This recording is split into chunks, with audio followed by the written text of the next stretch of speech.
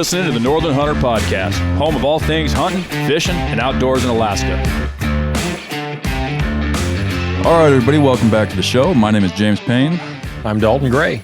And we have the great pleasure of sitting here and speaking with author, hunt video producer, and podcast host, Jeff Lund. How you doing today, man?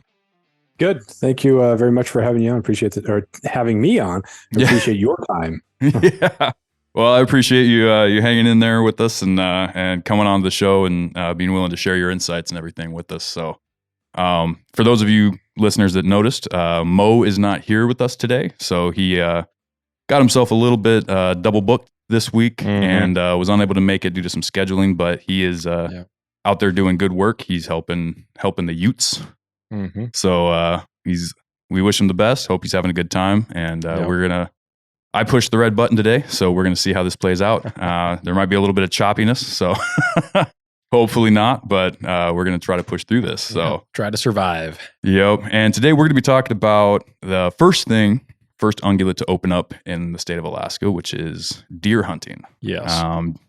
Alaska's native species, the Sitka Blacktail Deer, opens up. We're going to talk a little bit about that, a little bit about Southeast, and just thank you so much for bringing on your expertise there. I don't know if I would call it expertise. My podcast was called The Mediocre Alaska. I do have some experiences, some observations I can share. Perfect. I was curious about that. What is the backstory to the Mediocre Alaskan? That's a very interesting name. I started it in 2017, so it was a while ago, and it was kind of a joke towards people who are in this competition to be like the best Alaskan, where like I'm better than you, or someone who's coming up to Alaska and comes here for a week and has this idea that they conquered Alaska. I'm like, whatever, man, just to be up here. Yeah. And I'm just going to give you a standard look at what an ordinary life in Alaska is. And that's going to involve hunting. That's going to involve fishing. That's going to involve dealing with horrible weather and misery and all that. So, it was just kind of a humble sort of, I'm not going to try to amplify anything, ordinary person. Yeah. I changed it because the last couple of years have just it's been an intolerable sort of advocacy for mediocrity and not growing as a person, not challenging yourself. And especially as a teacher, it's just really hard to stomach that attitude and that lack of inspiration or that lack of championing that kind of bothered me. And so I thought about changing it a couple of times, but finally just changed it so that there's no mistaking it. And my wife actually had a Mediocre Alaskan sticker on a fly rod. And someone said, what's with you millennials and being mediocre? That's not, but then you're not going to be able to explain, well, my husband started the podcast 2017. Right. It was a joke. And so, it's like, right. So you started out as the Mediocre Alaskan Podcast. What is the name now, Jeff? On Step Alaska. Southeast Alaska, we talk about on step, and obviously in boating terms. Yeah. Also when people get rolling with storytelling or, things like that, or you're feeling it. You're in the groove, you're vibing, it's all good. You're on step. So, and more positive. Right. Yes. I do like the updated name, and I would like to say, it's probably because you're not so mediocre anymore. So that's part. You grow. Yeah. You learn and grow, and there's also that in order to do that, you have to be horrible. Every time that you start off, like your first podcast is 37 for you guys. Yeah. So when you get to 90, 100, 110, you're going to be so much better. And you guys are good now. You guys have stuff figured out. You've got some good advice from people. You've reached out to people. You're not just trying to do it by yourself and being stubborn and say, this is what we're going to do and we're going to stick with it. You guys will also improve, and it's going to be great to look through that. You guys seem like the type of guys who are going to follow through with it. Your mission of providing purpose to the listener, and it's not 2 hours of just ego stroke. It's to provide value to the listeners, and I think it's going to be great. And you guys will continue to improve too, and you'll get past what you might think is mediocre.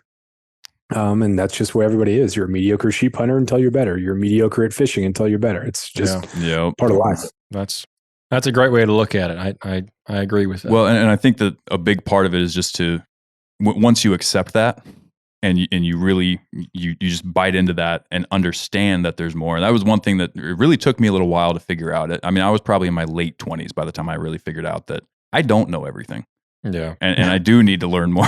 And there's this whole vast, huge array of stuff that I don't understand and don't know. Mm-hmm. That's very, very true there. Actually, I was listening to one of your episodes on the way here to the recording, and it was the Tell Stories, Don't Make Content episode.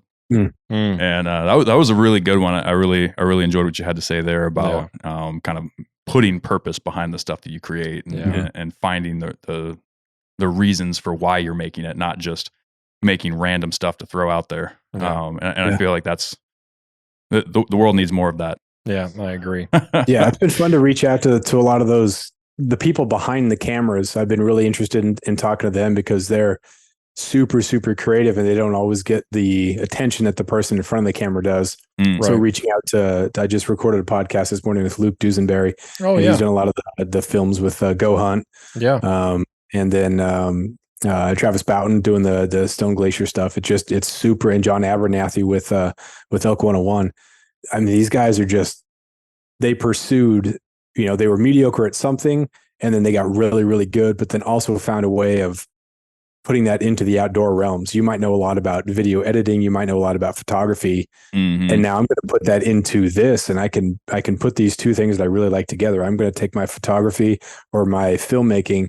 I'm going to apply it to something else that I really like to do and then get better at that too. And it's just cool to hear them talk about that because they have a lot to share and an interesting perspective. Yeah, no, that's really good. Now, I know that's a lot of the reason why I enjoy hunting in Alaska is it's a constant process of every time I go out, I encounter something a little bit different than the time before, and it challenges me in a new way, whether it's physically or mentally or a different tactic of a hunt that I have to employ. If it's a different weather system that I'm dealing with, there's always something different to challenge yourself in Alaska and not just Alaska, but really anywhere you go. If you're pushing yourself to do things that you haven't done before, it's a constant learning process and you never arrive, all the best mentors in the hunting world that I have spoken with over the years now, they're all in a constant process of learning to perfect their craft.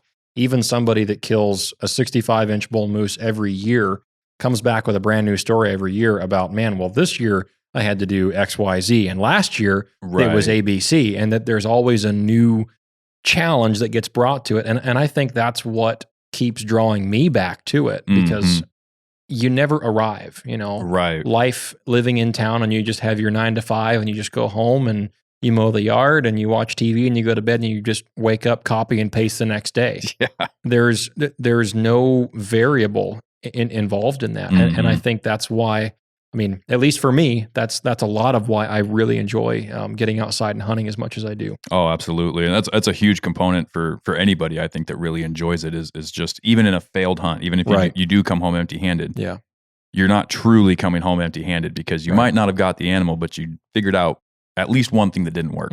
So you know what, you maybe know what not to do next time. Exactly.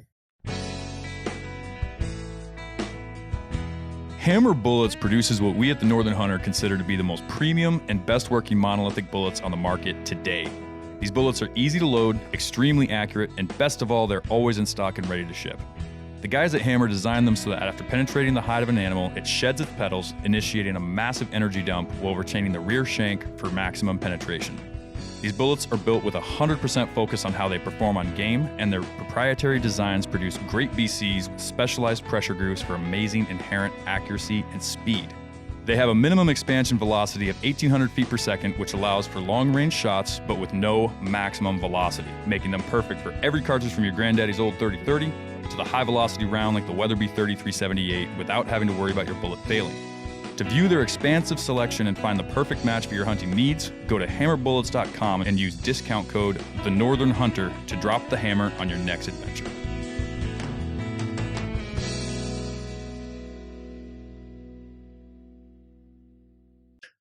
So you'd mentioned you're based out of Southeast. Why don't you go in a little bit about where you're at or where you're from, your history in hunting, and I'd kind of like to hear like what kind of got you into producing media of any kind, the podcast and writing and things like that. Like what kind of spurred you into exposing this world? Because 2017 was not a super hot time for hunting podcasts. That was before some of them were out, and there were a few out, but we started in 2022. I mean, there's a slew of them out already.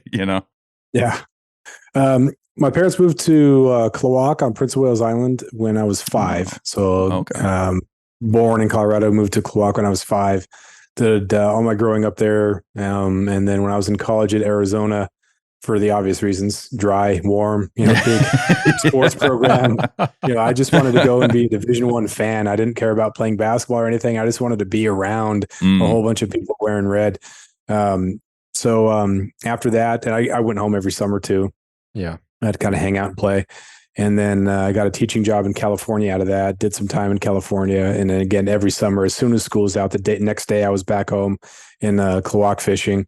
And then the day before I had to be back as a teacher, I was on the plane. So my hands would still have, the cuts from the fish, and the real rugged life of Southeast Alaska was still on my hands. And I'm picking at it. And I'm like, oh gosh. And then my hands would heal and they'd be soft again. And I'd be back in my teacher mode in Alaska, in California. Moved back to Klawock in 2013, got a teaching job in Ketchikan. So I've been there since.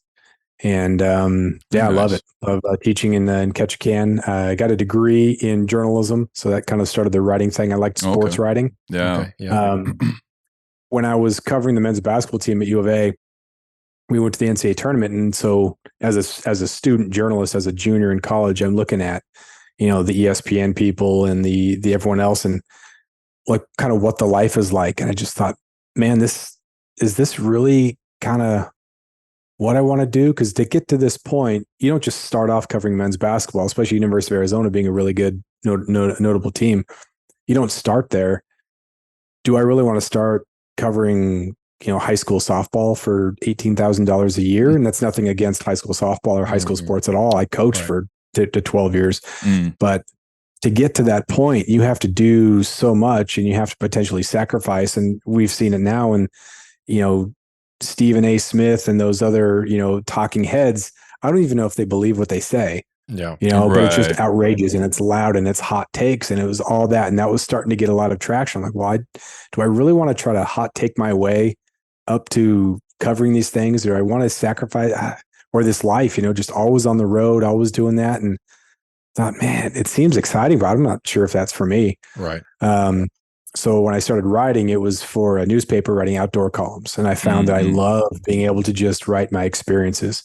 So I was reading a lot of Bill Heavey and Patrick McManus, the back page columns in Field and Stream and Outdoor Life. So I liked that they would just tell their story, and it was a lot of fun for me. It wasn't really analysis. There wasn't, recap. It wasn't DIY. It was just kind of what I felt and tell the story. And I really, really liked that sort of writing. So writing the outdoor column, and then did some freelance writing for some magazines. So that's kind of been the writing experience. And then I felt there was something missing when I would write some features and interview some people, but there was just a lot that was left out of stories that were only 600 words long or 1,000 words long. So the podcast was a natural fill for that, where I could talk for hours with people, and you didn't have to worry about editing, and didn't have to worry about, taking stuff out. What's important to include, and what do you paraphrase? What do you directly quote? So that's just kind of a natural filling in of that gap. So, and then as far as the book goes, I set off to write a book about just living in Alaska, and it happened to be during 2020. And so it was a book about hunting and fishing and just living in Alaska, getting through the dark winters. But then it also happened to be about teaching during COVID. So that was kind of it was a fun project. Glad I did that. It was just month by month look, and it was as it was happening too. So I didn't look back at March through the eyes of someone who's lived through August and be like, wait a second here. I left those chapters intact. So it was a snapshot of what I was thinking at the time. And then my latest book, Beyond the Hunt, is just a bunch of stuff from the last couple of years of thoughts and ideas of the outdoor realm, and some columns, some little features, some, I wouldn't call them rants, but just things about conservation, things about, the industry, and defining what your value is going to be or where your place is going to be is an important thing for people. And we talked about that with your podcast, and you have a clear idea of what you want to provide, and the product and the value. Whereas some people, it seems just about how can I make money? How can I make this my living? So, well, it should be a matter of, what are you providing to people? And if that something is important, then that is going to be what happens. It's not something you can just say, I'm going to quit my job, spend a ton of money on filmmaking or a podcast, and it's just going to be big. Well, people respond to people who are providing value and who are authentic, and you have to be real authentic. You can't just say I'm being authentic and sell it. So that's kind of the background, the writing the podcast, and here we are. Yeah. Excellent. Absolutely. Yeah. Yeah. And it's kind of funny with the whole authentic thing. I mean, sometimes I almost feel like, us talking about, still working jobs and things like that and everything, it's almost like a little too authentic sometimes when you compare yourself to some of the big names in the industry that, that are out there living it. And it's, of course that's everybody's dream, but I mean, the goal is always to be just yourself, and people are going to like you for who you are, or they're not. And that's not your concern. Right. So that's such a tough thing, because if you podcast about your life, and I found this with writing a lot, like, man, if people don't like my writing, but I write about my life, like, does my life suck? Like, man, this story is boring, or this book is boring. Like, is my life boring? Oh my gosh. And you can really take it personal, but hunting is a pretty small demographic. There's a lot of hunters, but hunting books don't get huge unless you're Ranella, Tied to Meat Eater, Cam Haines, people like that. Their books are going to be big just because they have name recognition. Right. Yeah. And then same thing with podcasts, like there's a lot of really, really good podcasts and really, really good people, and they don't have a huge following. And, that's sometimes it ends up like that. Sometimes it doesn't. And that's fine. Same thing with writing. You can be doing a lot of writing for a long time and just be happy with it. Yeah. So. Right. Exactly. Well, I think this would, if that answers our first question there, I know the first kind of fall hunting season opportunity that we have up here in Alaska is the beginning of August deer hunting as residents. And that's something that you have a lot of experience with. I know we've talked about before some of our later fall blacktail deer hunts. But you do a lot of Alpine deer hunts, and Sitka Blacktail Deer hunting opens the beginning of August in a lot of the islands down there in the southeast part of Alaska, and so that's a whole different type of hunting than we are used to up here in the interior. And something I haven't even done yet is go from saltwater to Alpine with a backpack and camp up there for several days, kill a buck, and then come back down through all that jungle mess. And, August, it's not going to be as cold, but there's going to be 3 times as much foliage, and all the leaves are still on the brush, and it's a whole different battle. So talk about kind of your first deer hunt and kind of your introduction to that, and how old you were and something that you've learned since then. And then just talk about some recent experiences and why you like doing that. Yeah.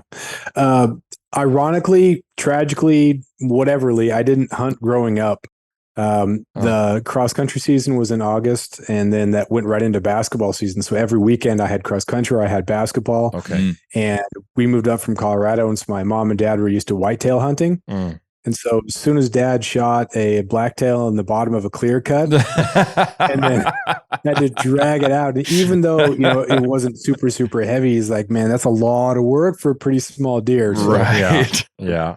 They weren't super into it, and we bought a boat, and dad really wanted to use the boat. And so we used the boat to go fishing, and I was at the river every weekend that I could, or after school. So I was really fished a lot growing up, but I didn't hunt. So it was when I moved back in 2013 that I started hunting, and it kind of became this cool replacement. When you're in high school, you have an identity, and maybe you put a lot of time and effort into being an athlete and being on a team. And so all that drive for, basketball, I'm just driven. This is my thing. Once you're done playing, it's like, ooh, what do I do? Right. So then it went to like basketball coaching. And so moving back up here, all that competitiveness, all that something to go all in outside of work, went into hunting. And then being a teacher, having August off, I was able to spend a lot of time in the Alpine, looking around in the subalpine, making all kinds of ridiculous mistakes. So what I've found is that because Southeast Alaska has its roots in logging, particularly Ketchikan and Prince of Wales, that's just where I hunt, but other places too, there's typically logging roads, and there's typically access points to some of these areas. So you can go from sea to the Alpine, busting through all that stuff. And a lot of times that's how you're going to get to some of these less pressured peaks. And so that's kind of the necessity, but there's definitely an opportunity to get on the, take a boat somewhere, get on an old logging road and try to make that your path to get up there. So it still takes a long time. You're still fighting alders for a lot of it, but it's just a little easier. And when you're saying old logging roads, I mean, you're talking like from way back in the day. Like, way back in the day. Some of those aren't too bad, and some of them, if they've been doing some thinning or some improvements, they'll take that old road. They'll take care of all the alders, so you can get up there with a four-wheeler. I don't have, but some people can. I just have to walk it. I'll also take a mountain bike. I've done that before. Put a little trailer on the mountain bike and ride it.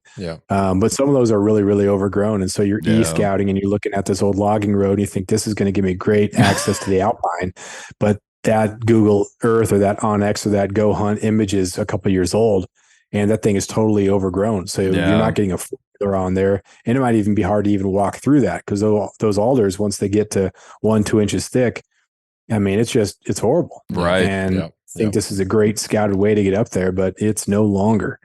So that's tough. Yeah, I can imagine. Yeah, I've been on some, and it's fascinating how, you know, it looks nice and clear when you first start walking on it, and then the farther back you get, it just gets thicker and thicker, and then maybe even like a landslide happens since then. It just becomes impossible to pass, and the next thing you know, you're looking back at your OnX saying, all right, how do I get around that? And readjusting. Exactly. Then once you get up there and you get up into that Alpine, and it's just so lush because we get so much water. So up there, you got the scree, you got the rock, and where's my water coming from? Up there, you're going to have a couple of flat spots and benches where you're going to have water that you can pump. In the morning, there's going to be dew on the deer cabbage, so the deer they're not feeding around or not hanging out near water spots. They can get the water that they need from the deer cabbage, and it's just lush and beautiful. And you think this is absolutely worth the hike. It was just incredible experience, and you're up there, and then the deer, they're this like bright orange color against the green, man. They stick out so much, and you can just post up in glass. Oh man, it's so great. And if they go up over the ridge, you see them. You know, you've made the work. You've done the work. You're up there, and then you see it. Then you duck back over on the other side, and then you try to make a move. And it's great. It's so much fun because you're making a stalk. You're hunting. The problem, of course, sometimes is that that's not the only deer on the mountain. You know, usually it isn't. Right. So you've peeked over the side, and you've seen the deer that you're going to make a run at, and then you go back on the other side of the ridge, and you're making a move, and then all 100 times out of 100 times, there's going to be some sort of doe that's just standing there staring right at you.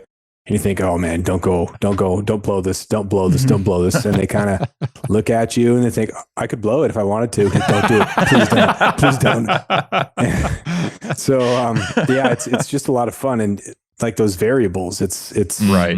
You never know what's going to happen. And that's the thing that makes it never old, because, you know, there's always going to be some sort of complication, even when things come together right. Sometimes it's, you know, you wonder how it happened, because so many things went right, but then one little thing went wrong, or nothing went right at all, but then somehow it accidentally happens. And so, you know, it's never routine. Even if you have a plan, I'm going to go to this mountain on the opening day. I've looked at it before. I've been there before. I know what to expect. I've been on the mountain. I know where some good bucks are, but still, like, it's not at all guaranteed. It's just this thing that you have in your head. This idea, the experience you have, the observations you have, but it still doesn't mean anything until you get up there and you actually run the program. Yeah. Right. Yeah, for sure. I guess just kind of on that note, just a quick question I've got here is for that early August deer hunting, how big of an area do you normally see these mature bucks traveling that time of year? Are they pretty local to a certain spot, like around any given lake or a big muskeg, or do they kind of roam around to wherever they want to be?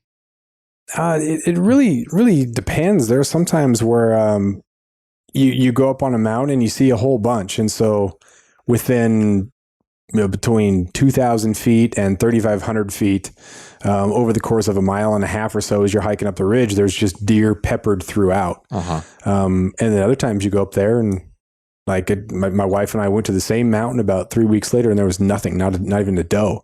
And so you think, all right, well, did they kind of migrate down a little bit? Did a wolf come through? Was it more hunters? So it's really hard to tell. And sometimes you really expect it to be a high volume area. But sometimes it's just not. And other times you think, man, how are there so many deer in this little area? But it just kind of happens. Yeah. Interesting. So what is, so with all that, we got opening day coming up. What do you got planned for that? I have my plan A, and then I have a contingency plan. And oftentimes that contingency plan, if it's not run on the opener, it's run within the first couple of days, just because, stuff's going to happen weather-wise.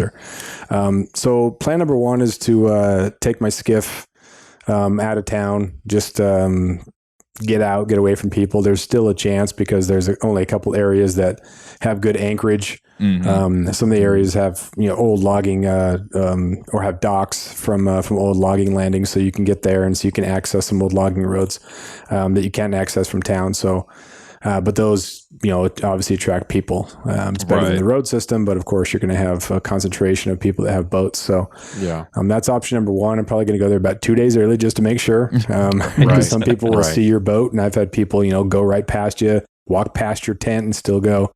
But I'm going to take my mountain bike out there with a buddy. So I have two mountain bikes, mountain bike for a while, gain about 1,000 feet. And then we'll go the last little bit through the timber camp, and then make the last little bit. And we'll probably camp about 1,800 to 2,000 feet, which is kind of that right as you're breaking out of the timber into the sub-alpine. So we'll be close enough to be able to kind of look around, but not so close where you're kind of blowing things up. So it's like you're in their garage, not like in their kitchen. I think some people, you get up and you're right on top. And I've done that before where you camp right on top and it's awesome. And you wake up, but you got to be stinking ready, because sometimes you come around the corner of some buckbrush and it's right there. And you think, man, you probably heard me snoring, but somehow it didn't spook. So, right. But on the way up, I don't want to mess up some really good terrain. So, we'll kind of stay a little bit lower. Yeah. So talk about time of day and activity for that early season deer hunting. I mean, I would probably assume that you're going to see a lot of activity like in the early first several hours of the day, and then it kind of slows down the midday and then picks up again in the evening. But what's your personal experience with that, and what time of day seems to be the best time to be looking for them? Usually the first hour and a half, 2 hours of the day is kind of your prime, but weather really depends. Down here we've had some really hot openers, and so it's been 4 days before just super, super hot. And sometimes it can be dry. So we were talking earlier about how there can be some dew on the deer cabbage. Sometimes it's so dry and you don't even get that rolling in fog and mist. So it's just dry and it's desolate and it gets hot really, really early. So if you're not out of the tent ready to go at the first little bit of light, it's over, because they've started feeding before sunup. And as soon as the sun starts to come out, they're not feeding for another hour and a half. They're already going back to bed down, or they're getting out of the sun. So there's also been a storm on August 1st or 2nd, and sometimes you can play that. So you look at the weather and you think, okay, this is going to break, and they're going to wait until the storm is over, and then as soon as it kind of clears and calms down, they're just going to pop, and it's going to be awesome. So I've had that work out pretty well. Hike up in the rain. I think it was the second or third, because the opener was so stinking hot. Nothing came out. We were up there ready to go, but it was just so hot. We saw one buck that was kind of down and away from us, but it was already feeding back into the brush before we had a chance to even make any sort of move. So we came back a couple of days later. It had stormed. We hiked up as it was the tail end of the storm. Did a little shelter, and then as soon as the weather kind of calmed down, we got out from under the shelter, and deer fed out, another fed out, and then a nice buck fed out, another one fed out. So weather has a huge it's a huge variable. So your morning 2 hours, your evening 2 hours are the best, but that can really be influenced by weather.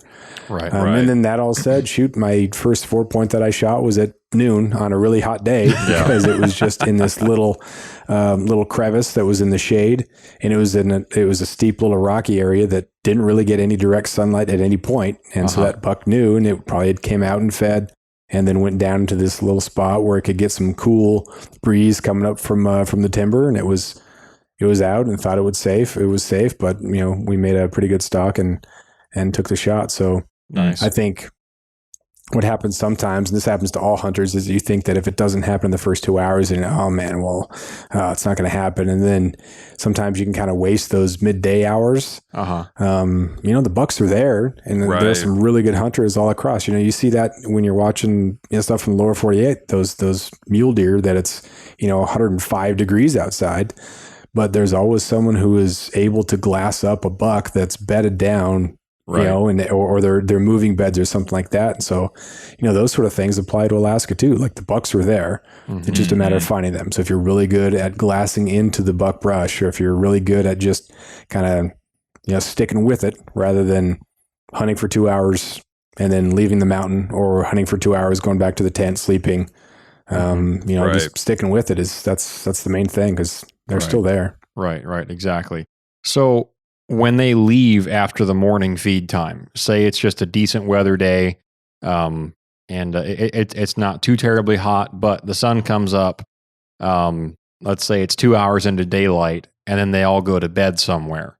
Do they tend to leave those open areas and actually go down into the brush a little bit to bed, or do they just find kind of a pocket of brush and then bed down with a view kind of overlooking any area that they think a predator might come up from? Yeah, some of those pockets of brush it's that Alpine hemlock, and it can be 6, 8, 10 feet. So they can go into there, and they can even still feed because enough sunlight comes through where you can have grass that's in there, or you can have stuff that they can eat in there. So they can be up and feeding, but they're in the shade. Right. It's way cooler. But yeah, they'll come down out of that really open Alpine stuff. Sometimes it's timber, sometimes it's that buck brush, and sometimes you can catch them when they're going along that line. But you typically don't see them going up and over the ridge. It's just moving that's down below. And some of the difficult things about down here, and as soon as the timber starts, it's so stinking tall and so stinking steep. Southeast Alaska is so much of that glacial carved stuff, and it's a lot more monolithic faces than up there where you got like sheep hunting. It's the shale, and it's finely settled rock and scree. Right. Down here, it's just a whole different program. Yeah. And it's so stinking steep, and so you think, well, it's wooded, so it wouldn't be bad. But you get a lot of cliffs in there, and it can be tough. Even if you do see one right on the edge there, you think, man, if this thing falls, I'm not gonna be able to see where it ends up going. I've never hunted a sheep, but you can kind of see where it tumbles and see where it ends up. Yeah. If it slides down into that timber, you have no idea where it's going. Right. Yeah, exactly. Yeah. Well, so kind of on that note, sometimes it can be easy to see kind of where a ram does fall, even if he goes into a cliff, because they are pretty sizable animals. There's a lot of bulk to them on, at least on a lot of big rams. But I guess kind of a good comparison to that would be, how big is a nice, big, mature, early August blacktail buck going to be, weight-wise?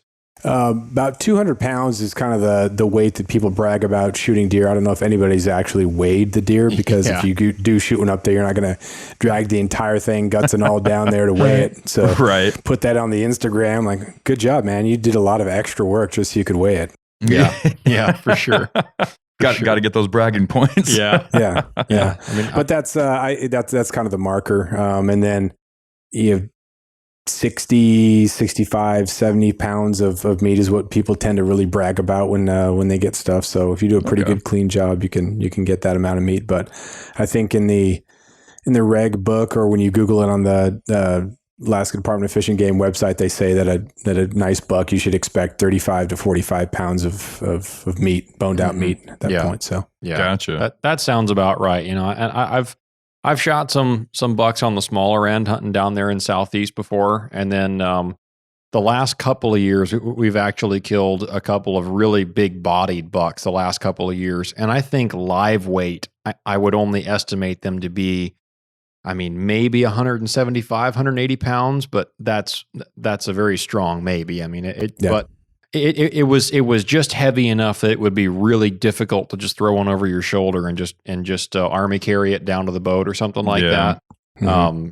That seems to be kind of my experiences. You know, probably somewhere on the low end, just over 100 pounds, and then on the high end, and this is live weight. You know, probably close to 200, but probably not even quite 200. I mean, even up here in the interior, we see a lot of people overestimating black bear live weight. Oh yeah, all the time. Because in the lower 48, you know, people measure the size of black bears off of, well, that's a 300 pounder or a 500 pounder is a huge one. And up here, you know, guys that come up to Alaska for the first time, maybe in the military, and they kill an average 5.5, 6 foot black bear, and they think it was 350.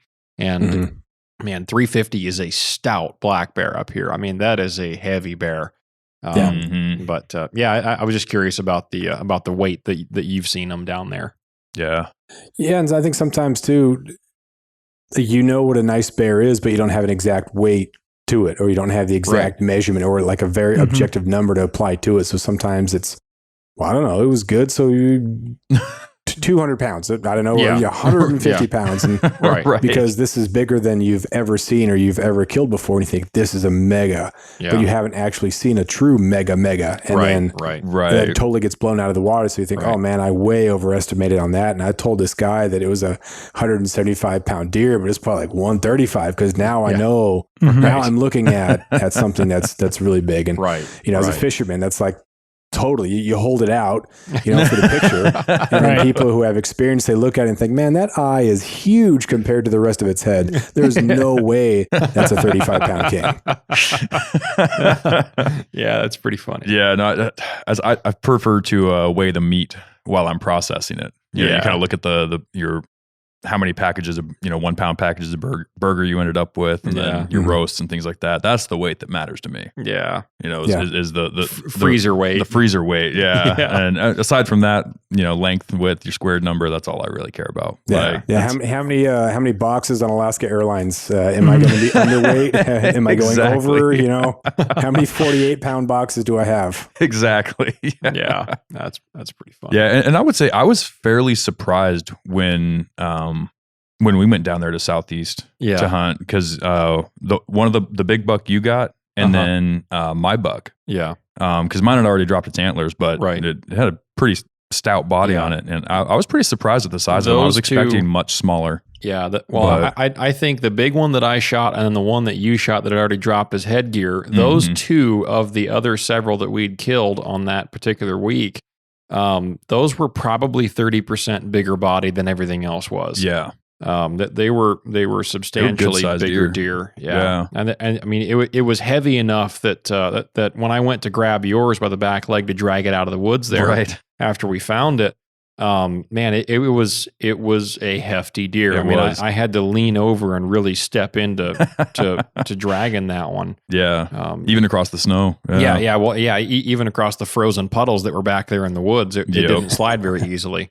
So what's you guys' I know I've looked at the regs before, but down there, how many are you allowed to get during a full year? It varies. Some areas it's 4, some areas it's 2, and then also sometimes depends on the federal subsistence.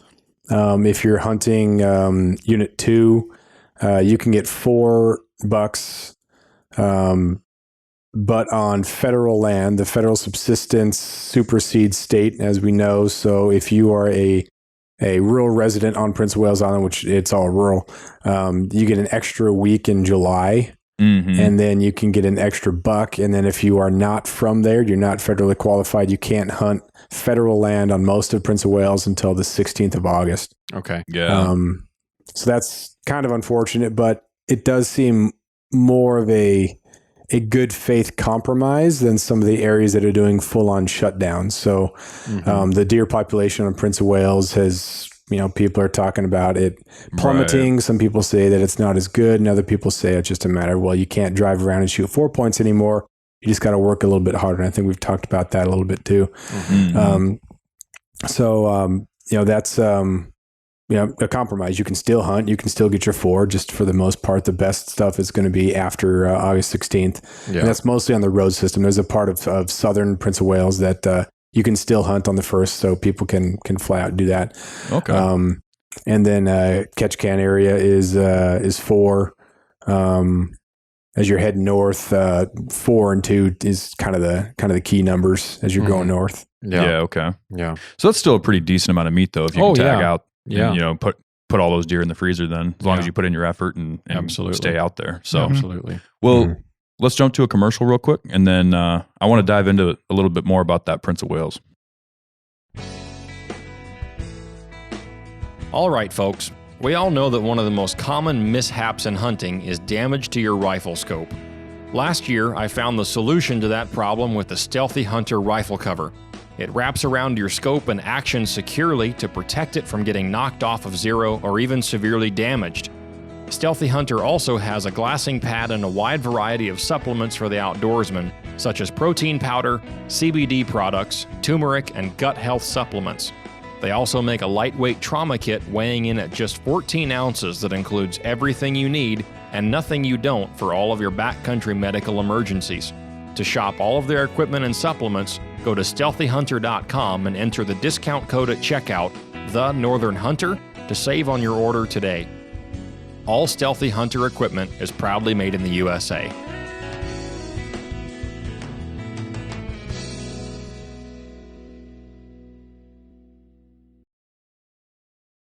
All right, we're back, and surprisingly, Mo is here with us. We didn't think he was going to make it for this one. How you doing there, buddy? Oh, I'm doing all right. This video call stuff should be real easy these days, but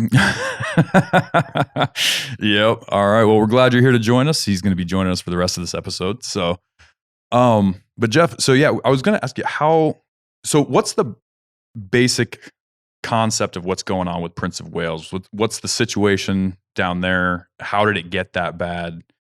And how's the hunting been on that island since? Because you hear a lot of people say it's basically eliminated as far as deer hunting goes on that island.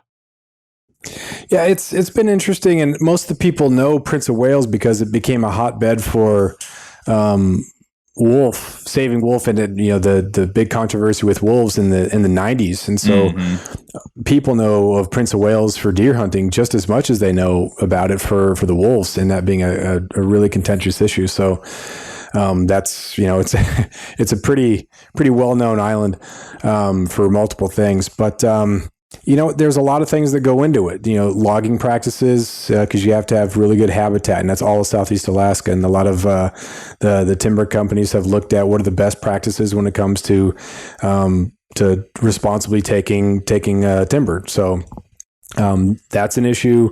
Weather's an issue. You have a couple bad winters, and if it happens to come at the same time, there's a pretty big wolf population, then that's going to impact things. Right. Up north, I saw something about wolves killing 80% or something crazy number. I don't know what number it was of the moose calves up there. Oh yeah, no, they do. So all it takes is 1 or 2 bad winters, which is going to kill off a lot of the calves anyway, plus some high numbers of wolves, and all of a sudden you have a depleted stock. And I think it's difficult to tell because you have people with a lot of anecdotal insight, which is really, really important. But then you also have biologists who have done studies about wolf populations and deer populations, and doing flyovers is a very difficult thing. And just guessing, because you're doing your flyover when the weather is good. So maybe when the weather is good, maybe they're out there, maybe not. So if they do a flyover and they make a deer estimate based on that, but maybe it was a little bit off because they're imperfect. And then, maybe the wolf estimate was a little bit off. And so there's just so many variables in it. But I haven't hunted it in a couple of years. I have some friends that hunt it, and they do well. But ultimately, it comes down to, are you going to be willing to work? And some honey holes that you used to go to might not have deer. Maybe it's not that all deer are gone. It's that maybe that area kind of got hit, and you have to find somewhere else. So, but it's really easy to blame mostly outsiders. It's horrible because of the TV shows that have gone up there. Now more people than ever are going up there and buying property, and they're hunting up there and doing flyouts. And so, a lot of the locals are pretty upset about that. And that's something that, I think about a lot because that's home. I don't live there now, but I think, man, as someone who writes, as someone who, does a podcast, that, you could just do a DIY about how to go to Prince of Wales and how to do this or how to do that, and name your community in Southeast Alaska for deer hunting, and you could put together some DIY type stuff, and you could get a lot of hits for it. Right. Mm-hmm. But then you could be corking yourself because you're telling everybody what to do and where to go, and that's where you wanted to go. Right. So, Exactly. Yeah. So it's winters, it's wolves, it's habitat, it's attention, it's all of those things. But we sometimes just blame the most convenient thing. A lot of times the most convenient thing is a wolf or Steve or Nella or whoever. So. Well, and as far as the wolves go there, the story we get up here is that, the populations have just absolutely boomed over the last several years. And to the point they've been implementing some extra seasons, some elongated seasons, trying to manage that population. And with very little success from what I hear. Yeah. Is that they're really struggling to maintain the population of wolves to a sustainable amount. Well, and fewer folks in Alaska now, just because of barrier of entry mainly being cost, fewer folks are trapping now than I think have been in a long, long time. Yeah. Just the logistics of financially making that investment to do it, even if it's just to help out your own hunting area. Mm-hmm. And I know somebody, I know of somebody that lives on POW, and he does his best to get out and trap every year. And he's always talking about the wolf numbers, and he's got trail cameras out monitoring them. And he's got some pretty good convincing photos of wolves carrying out deer parts. And he finds a lot of kills in there. But I think to Jeff's point though, it's easy to just be localized with your theories. And if you only ever hunt a 10 or 15 mile stretch of, say, a logging road, and then a couple of trails in there, and that's all you look at, then as wolves come through, that area might get depleted. But, part of being a good hunter, especially in today's world with more and more competition, not just from predators, but from other hunters as well, part of being a successful hunter, even in Alaska, is being able to adapt to changing conditions. Mm-hmm. Yeah. And whether that's a bad winter kill and a certain area gets killed out, or if it's predators that move in and kind of blow an area out, or if people just figure out where to go and they end up in your spot. Part of learning and developing your skills as a hunter is being able to pick a new spot, do some e-scouting, and then just go put boots on the ground and try something new. All right. Well, and to that point, the importance of the trapping, and continuing that practice. A lot of people kind of discount that or think of it as an older practice. Yeah. But there is, I'm not going to say the community that my friends live in, but anybody that traps might realize what I'm talking about. Mm-hmm. But there's a community out north of Fairbanks where a lot of people used to trap wolves. Mm-hmm. It was a big area, and then for several years, there was a bunch of mange that went around. And so people ended up pulling out and pulling their sets and not going back in during the winters. And after just a few years of that, the wolf numbers just skyrocketed. And it's really impacted the moose numbers in that area. And the folks I know that live out there, they're even, carrying their pistol into their backyard to let the dogs out. Because they've had to chase them out of town and things like that. So it really is important for people to continue those practices and continue those management techniques. Yeah. But one thing I'll say is that a good gauge to use, and I don't know if it's actually a good gauge, but I'm going to trust the gauge because it's really the only one we have, is that there are paid people whose entire job is to manage these herds. Yeah. Whether it's caribou, moose, deer, anything like that. And if you look in the regs, they haven't changed the harvest numbers. Yeah. It's still, if you look at unit 2, it's still 4.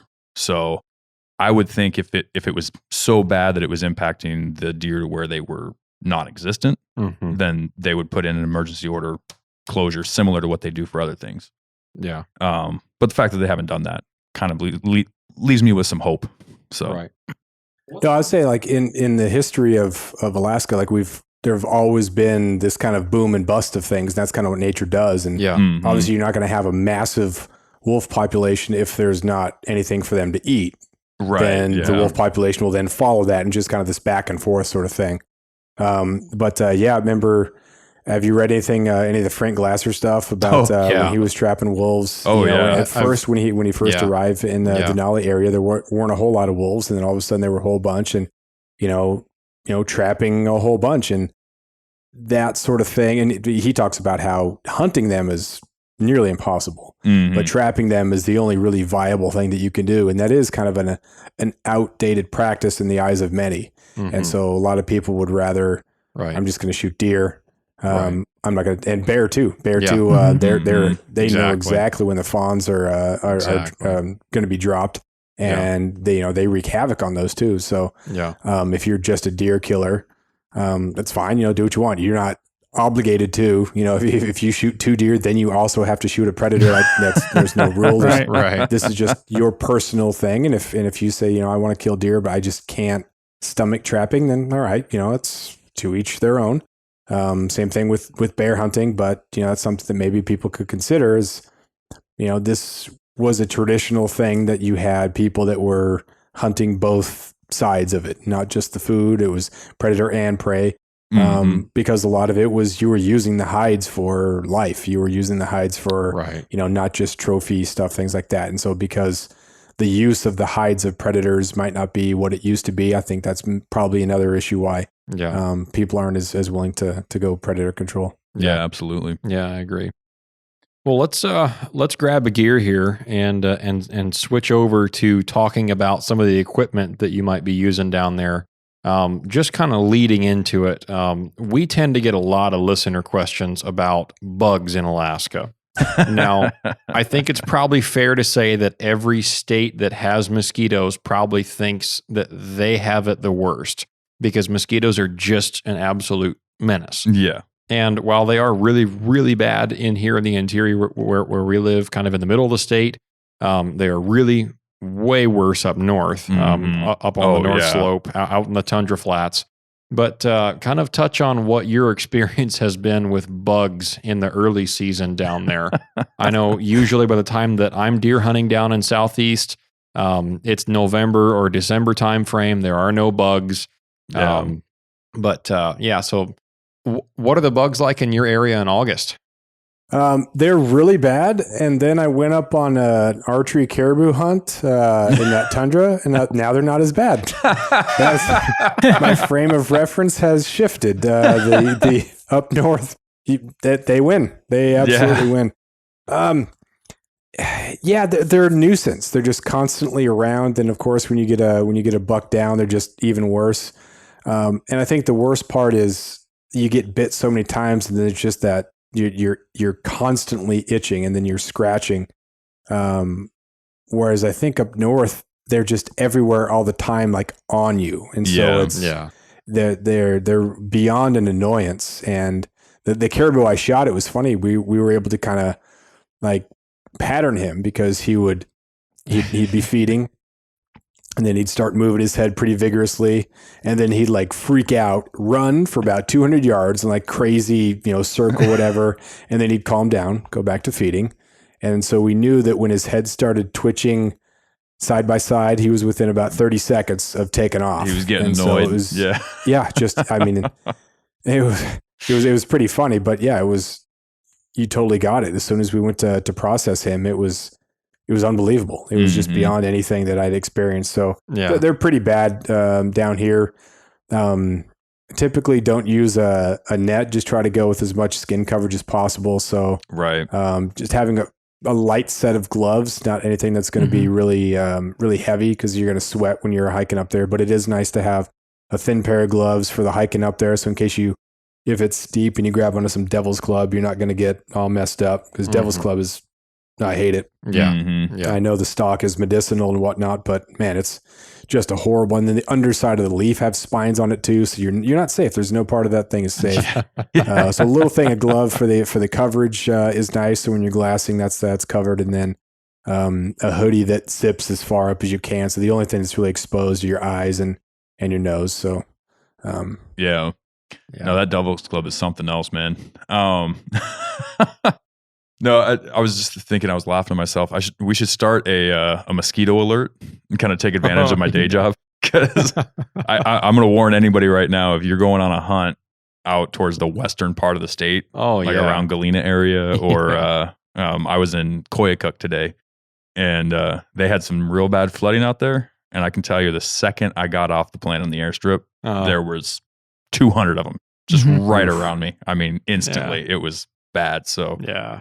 If you're going to be on the west side of Alaska, definitely keep an eye out. But. My wife and I were in Denali in mid-June, and I guess Denali is in a little bit of a rain shadow there, and we camped, and there were no mosquitoes. Yeah, and it was crazy. It was pretty cold at night, and one morning we woke up and there was a little bit of frost on the tent, but I thought, man, this is crazy. Yeah. I mean, at some point, I don't know when it happens. I'm sure there's some big rain, then all of a sudden it goes off. But it was unbelievable to be able to enjoy a meal at the campsite and not have to swat mosquitoes, bugs, whatever. And then we hiked up, and there was a little bit of wind. But even when there wasn't a whole lot of wind, you can sit there and you can glass, you can look at the park sheep, and you can do all that. And it's wonderful. So great, but definitely not like that.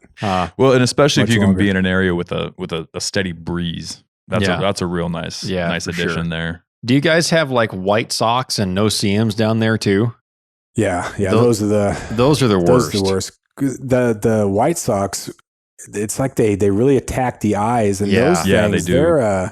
Their bite to swelling ratio, if that's a thing, it's unbelievable. Like it's not something that you can swell up without even really scratching it at all. It's pretty pretty wild. But they're terrible. Yeah, I always hate those the most. I mean, where I work for an outfitter doing spring bear guiding every year. The white socks and the no-see-ums are just atrocious. And, it's down there on the coast. It's not down there as far south as you are. But this year it wasn't too terrible. But the last few years, certainly, I mean, even when you're out on a boat, a quarter mile offshore, they are just all around you. And it's not even just mosquitoes. It's for the most part, these little white socks and no-see-ums. It's uncanny how they just find you out there, even on the water. Yeah. And I at least in my experience, it always seems like I'm having to pick up my hat and then wipe them off my forehead, because they go up right underneath my hat bill, right up on the brim where it's all sweaty and greasy on your forehead. And then obviously around your eyes, we already talked about that. And I've, had to stand in front of a little shaving mirror at camp multiple times and try to pick them out of my eyeball. But they seem to really be attracted to those real sweaty areas, like around the back of your neck or up on your hairline. Or for me, especially underneath the bill of my hat is just a terrible spot for them. Yeah. But that's I think being diligent too when you're processing an animal, because as you're processing it, you got blood in your gloves or your hands, and then if you scratch or you touch your head, like then you got a blood spot on your hat, and that's gonna bring them in even more. Or you do anything, touch anything. Yeah. It's even worse if you're fishing, because that fish slime. Yeah, you might as well just go home. Like, I touched my face. I need a shower, otherwise I'm not going to be able to function. Try again tomorrow. Yeah. Usually I just rock a head net the whole time. I mean, if they're that bad and they're just annoying me that much, I just put on a head net over the top of my hat and then zip up my hoodie up to my chin or up to my mouth, and I just deal with having a bug net on. I just look through it with my binoculars. It's better than getting eaten alive. Yeah. Mhm. If people want to make a reel out of you because you look ridiculous, look at this guy. Like, yeah, I'm not getting eaten, man. Yeah. I don't care. I don't Right. care. I don't care. Yeah. Well, and it can really play a huge part to the enjoyment of your hunt. I mean, I've known so many people that they get like 2-3 days into a hunt with the mosquitoes and the bugs. It just wears on you. Yeah, just the mental. Yeah. Just absolutely depletes you. Especially from guys that are from out of the state and maybe where they're from, they don't have a whole lot of bug problems, or they have mosquitoes but not no-see-ums. Mm-hmm. And this is their introduction to that, and it's a whole different level. Yeah. But Well, that's an unfortunate thing. If you think about the amount of money that you might put in as an out-of-state hunter to come up to Alaska, if the reason why you don't notch the caribou tag or the bear tag or the deer tag is because of mosquitoes, that's really unfortunate. If you drew a tag, right, and you spend all the money to go up there, and you convinced your wife, family, whatever, or if it's a woman hunter and you convince your husband to come up here, it could come down to something like mosquitoes, because you're not going to glass as long, or you're not going to get out of the tent, you're not as motivated, and you're going to hang out. Oh, the bugs are going to be so bad, but that's those morning 2 hours you have to be out there, right? And then the evening too. If they've been coming out in the evening, like that could make this stinking difference. And you don't want it. You want it to come down to something big. You want it to come down to they weren't there, or they it didn't happen, rather than I stayed in the tent because I was afraid of getting my mosquitoes were going to be too bad, or I forgot my mosquito net, or I didn't feel like wearing one because I thought it was ugly. Yeah. Well, didn't want it in the pictures. Right. Right. Well, and another thing I don't think we've brought this up before, but one thing to consider is maybe like some kind of a relief ointment to bring on your pack if you're not used to the mosquitoes. Because I can tell you, after being up here as long as I have now, that even when they do bite me, it's not quite as potent as it used to be. Like my blood just kind of got used to it. If they're really bad and I get a bunch of concentrated bites, then I get the real bad itching. Get some afterbite. Yeah, but some afterbite or something like that, something to kind of ease that itch, because that'll really help with your mental state too after like the first day of getting eaten alive. Absolutely. Well, let's. I think this would be a good spot to just really jump into the gear. I don't know how many folks are really familiar with the type of gear that you're going to be using on that early season Alaska hunt.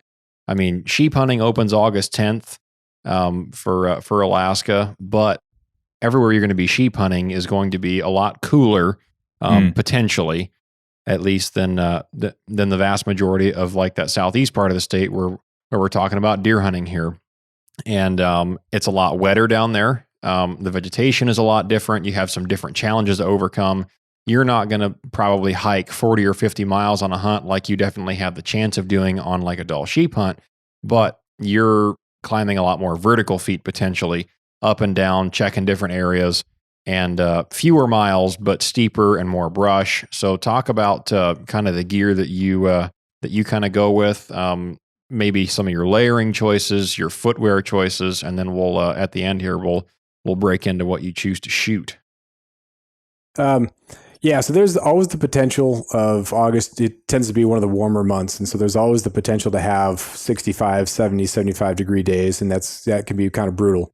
But I think what everyone has to prepare for is 62 and rainy, which means overnight low in the mid 50s and rainy, which means that, if you get soaked either from sweat on the hike up or from rain on the hike up, and then you're not mobile, you're going to be losing a whole lot of warmth, a whole lot of body heat. And I've had a couple of times where, you're trying to wait out the storm and you're not moving, and feet go numb. Yeah. And if your feet have been numb enough, you kind of know, okay, well, if this keeps going for a longer period of time, this ends up in a hypothermia, or this can be something that can be serious. But, if you don't know and you start to get tired and, my feet are numb, but it's okay. And, that it's not that you should worry if your feet get numb that, you're getting hypothermic or you're going to die, but you just kind of know where this road leads. I got to get up. I got to walk around. I can't stay. I know it's going to be miserable, but I got to put the rain gear on. I got to get up. I got to move around, get that blood going. So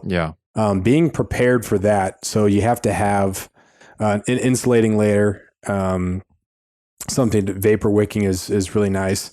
But you have to have rain gear that's going to keep you dry. And I prefer having rain gear that's going to make me maybe wet from sweat more than wet from rain. So if you get cheaper rain gear that leaks, you're going to get soaked and it doesn't insulate really well. So you're soaked from rain. That's not going to evaporate because it's going to bring your body temperature down. Right. So if it's really, really, really wet, I will wear Grundon's bibs and I'll have a Grundon's rain jacket. So it's more that rubber or PVC. So it doesn't breathe very well, but you're going to be dry. Mm-hmm. Right. Yeah. You can hike, you're going to sweat, but that is going to evaporate. You just stop, and you can vent a little bit under a tree, you let some of that warmth out. Maybe it evaporates, but that's going to be dry. Mm-hmm. Once you take it off, get in your tent, you're going to be in pretty good shape. I've had rain gear that, they're light performance rain pants, but you just walk through all that brush that's getting rained on. And that just penetrates so much worse. If you're standing out in a rainstorm, your rain gear is probably going to be pretty good. But if you're walking through wet brush, it's a whole different ballgame. So, right. It's like it's pushing it through the rain gear. Right. Yeah. Yeah. Right. So a lot of that really good performance, they want it to be waterproof and breathable, which, it's way better than it used to be. But ultimately, if it's going to be a really, really sloppy, rainy hunt, I'm going Grundon's bibs and jacket. I do have a nice pair of rain pants, rain jacket, and then fleece, merino wool hoodie. Good pair of hunting pants that are comfortable, insulate just a little bit. If it is going to be warm, I like taking just kind of a thin pant so you don't sweat nearly as much on the way up. If it's not going to rain, then I'll still bring rain pants regardless, just in case. Right. But some of those Sitka and Stone Glacier make some really nice thin kind of hiking pants you can teach in them too. So it's not like you're just a hunting pant. It's kind of a pretty versatile light pant, so you don't sweat as much getting up there. Right. But then it's going to repel the bugs when you get to the top. Because I don't know who would hunt in shorts, but I'm sure some people would because it's too hot. Yeah. But not in Alaska. Right. Yeah. Your rain pants, rain jacket are pretty important. Change of socks is nice because if you get a lot of moisture in the boots, I go uninsulated boots just because you're going to be moving a whole lot. And if you wear some nice socks, but once your feet get wet, those hot spots are just going to start rubbing really, really bad. So having a change of socks is really nice. Yeah, for sure. Have you ever, I know for sake of weight and bulk, it might not be a great idea, but have you ever found it or tried like bringing both sets of rain gear, like using the rubber to get through that lower thick brush and then having something a little more breathable for when you're just trekking around up top? One of the nice things about, and I know for a lot of my friends that hunt up and down Southeast Alaska, is that we can check the weather. And a lot of these hunts are a day or two. It's a lot of weekend type stuff. And so you're not doing the miles that you guys put in for sheep and whatnot. I mean, you're looking for this 10-day weather window. So you have to plan for 10 days. Whereas we can look at the weekend and think, all right, it's going to take me from house to mountaintop about 5-6 hours. Okay. What's the weather going to be that night? What's it going to be in the morning? And then when we come back. So we're planning for a shorter period of time. So we can make that decision, say, hey, this is going to be a Grundon's Grundon's trip, or you know what, this is going to be regular rain gear. It's going to be fine. Okay. And so that can kind of be your gauge, and that's the really nice, fortunate thing. And some people do stay out longer, 3, 4, 5 days, but for the most part, it's kind of a weekend warrior type thing, or you can come back and you can kind of recharge. You can figure stuff out. But the weather window also, you're looking at the water. If you're taking your boat out somewhere, and if you're anchoring in a cove, you got to be worried about that because the weather changes and you're dragging anchor. All of a sudden you're up on the rocks. And so it can still be pretty nice hunting wise, but if the wind picks up and you're in trouble there. So there's a lot of things that make the hunts typically shorter than some of the stuff you're doing up there. Right. Yeah. 2 questions. Have you tried several different types of waterproof / breathable laminate rain gear? And what do you like that out of the stuff that you might have tried so far? And then for insulation, do you tend to lean toward down or synthetic? I've had a couple of different brands of rain pants. Outdoor Research made a good brand. I had a Sitka pair.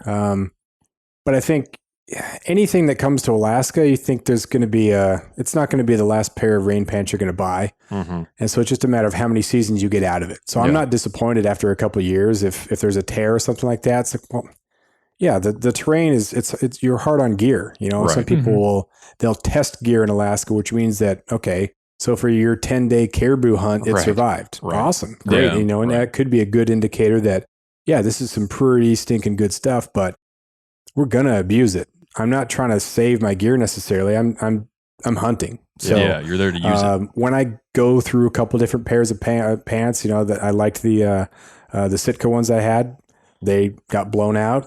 That doesn't mean that they were bad, you know? So I think if you can't really go wrong, I don't think, if you go with your big brands, your Kuiu, Sitka, Stone Glacier, that's your upper end technology that's going to be really good. I think as long as you stay away from frog togs, you'll be in pretty good shape.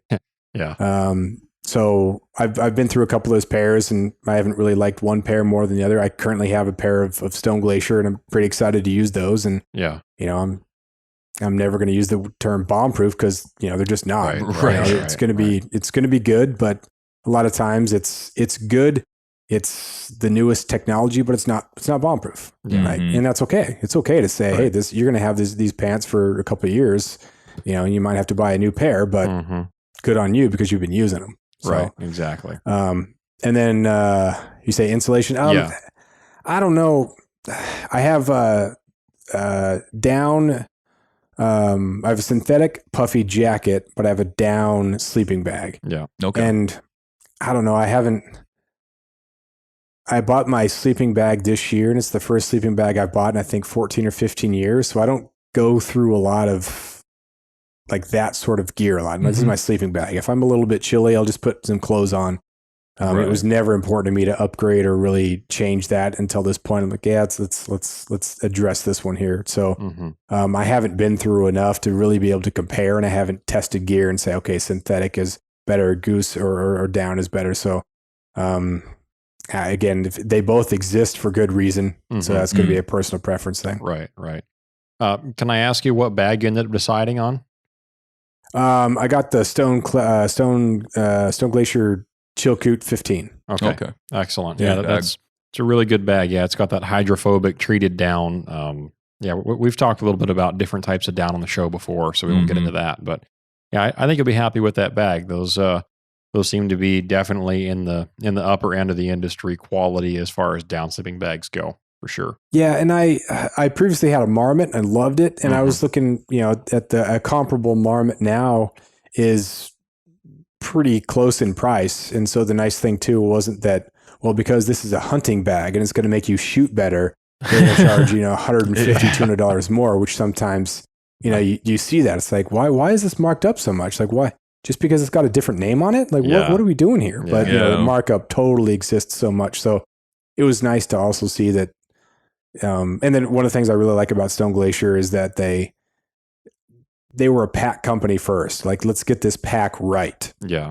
And then they moved to something else. It wasn't just, hey, we started out and here's 15 products. You know, It's like, we're going to really do this pack really, really well. Exactly. Then we're going to move on to the next thing and we're going to do this well. I think they called themselves, or they refer to themselves like as a small and nimble company, which I think is a great way to describe yourself. As let's do a couple of things really, really well. And I think that really shows in their products. And that's not to say that Kufaro isn't good or anything else, but I mean, there's the amount of gear that we have at our disposal. It's unbelievable. That's why we can have these arguments and these conversations about which bag is better, which whatever's better, because they're all so stinking good. You know, Frank Glasser had his pack board and wool, you know, right. I mean, come on. Right.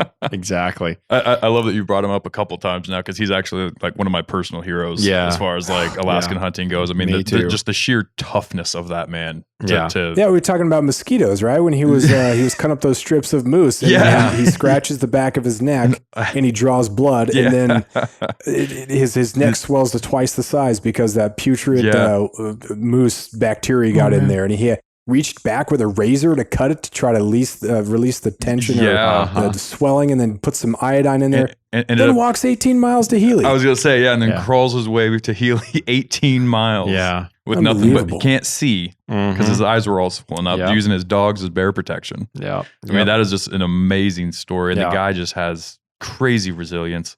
Yeah. But I've read that book a couple times. I think my favorite part as far as a bug story in that book was when he was talking about the traveler that went to, he tied his clothes up and went to throw them across a river, and his clothes didn't make it to the other bank.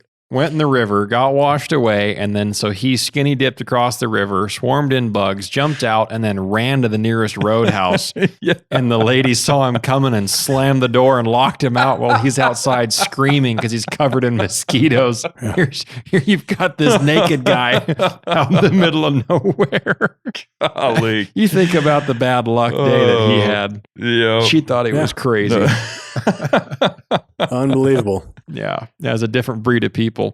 So I was going to ask you, you mentioned the rain gear and stuff.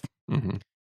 What would you say, excluding that, what would you say is like a must that people should check if they're going to come down to that part of the state? Because I mean, it is an absolute rainforest down there. So I mean, rain gear is definitely paramount. Is there anything else that, is absolutely necessary that they should double check that they have before trying a hunt like that?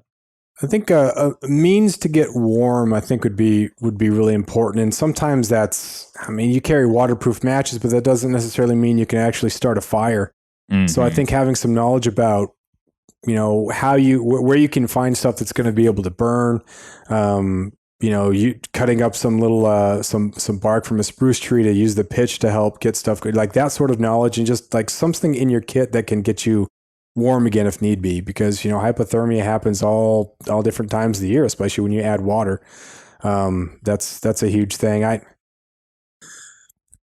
provides some comfort too. I don't know, you want to say like an in reach for that safety and that, whatever too, right. But then, we're telling Frank Glasser stories that in reach. Right. I think the mental state that you have to have, and I think it's pretty consistent with any hunt, whether you're, on hunting up north in Brooks Range for caribou or sheep, or down here in Southeast Alaska, you just got to have that mental piece to where when that misery kicks in, what's going to happen to you? And we all know that shock is the thing that kills people. It's the unpreparedness. It's, the arrogance, that sort of stuff. So yeah. If there's something that you can bring to kind of calm the mind a little bit, I know some people will download a couple of movies on their phone so they can watch, a movie in the tent while they're trying to wait out the fog, or, I don't know, something comfort, something that can keep you warm, something that can keep you going, I think is an important thing to have, and I think in some cases, the most important piece of gear is something that you don't end up bringing. Yeah. But a lot of times it's something very simple. A head net, could be, would have been huge for caribou or something like that. So, right. But a means to get warm, making sure that you have your matches, and then some, lint rolled in an old toilet, container or something like that. So, fire. Yeah. Be good. Yeah, for sure. How realistic is fire down there? Like 50-50 or?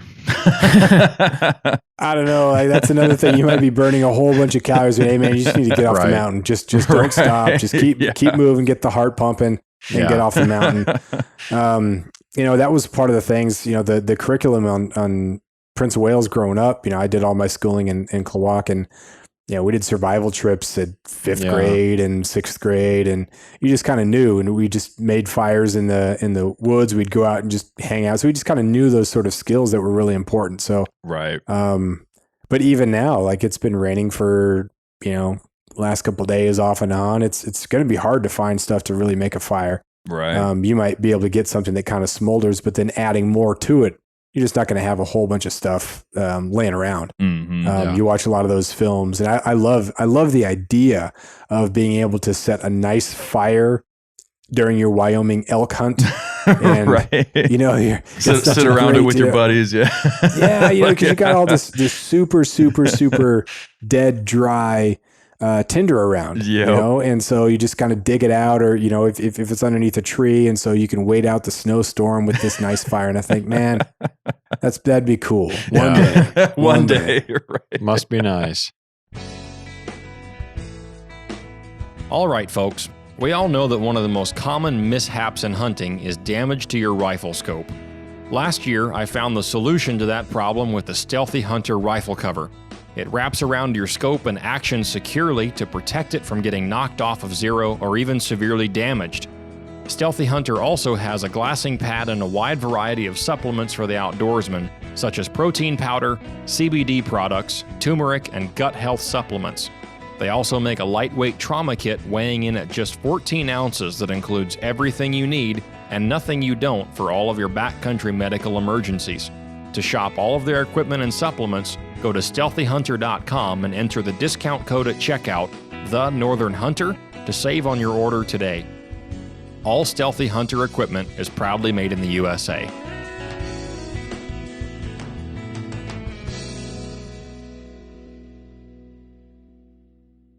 Well, I had a question kind of related to something you had mentioned, and we'll tee this into what you would wanted to lead into with what you shoot. Mm-hmm. So you'd mentioned you grew up on Prince of Wales Island, and on Prince of Wales Island there are no brown bears at all.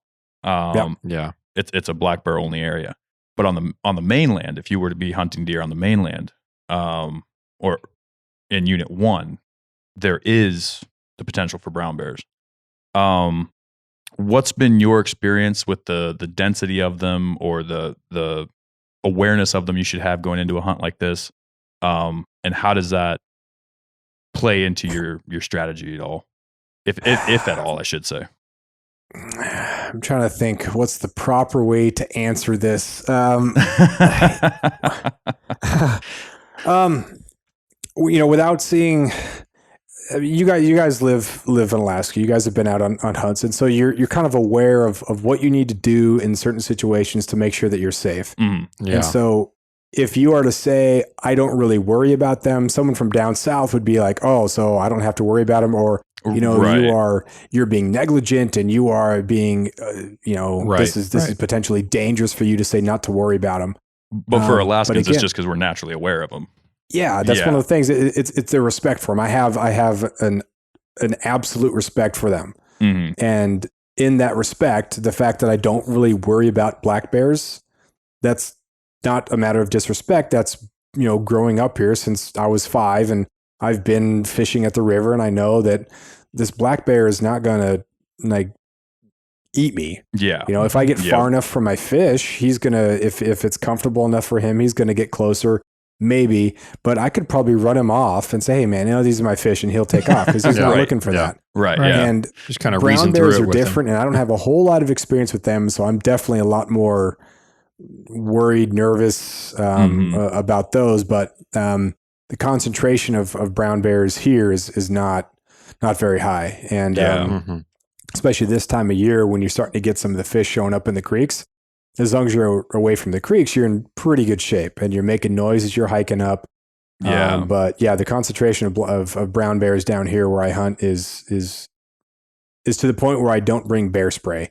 Right. I have yeah. my rifle with me, so in case, you know, it could also be a black bear too. Just because I'm not really worried about them doesn't mean that there's not a potential situation in which I separate a sow from the cubs. Mhm. So, Right. you know, you're aware, you respect them, but you're not allowing the potential of an attack or that fear dictate everything you do, and, you know, Right. keep you from hunting or enjoying the experience. Right. Well, and that's exactly why we bring this up on the show a lot, and because we've talked about this on the show just with the three of us, and Right. you know, a lot of guests that we've talked to that spend time in bear country, we've asked a pretty similar question, and it's because we get a lot of questions to the show also about bear awareness and bear, you know, Right. encounters, and how do I focus this? And there seems, and it's very true for people that don't grow up around Yeah. heavy bear populated areas, Yep. that they have this, and I'll use this because I'm not in a shark infested area, but they see them like I see sharks. You know, it's like, right. like if you see one, it's just going to come at you and rip your leg off. And it's just, you know, but if repeatedly, you know, kind of displaying that that's not the case, is important, I think. Have that respect, have that awareness. Go to Mo's article on the website and read his perspective on bear awareness. But, I think for me personally, I look at it from this angle. If you spend 125 days diving per year off the coast of South Africa, spearfishing near a reef, you're going to have more encounters with dangerous sharks than your average person.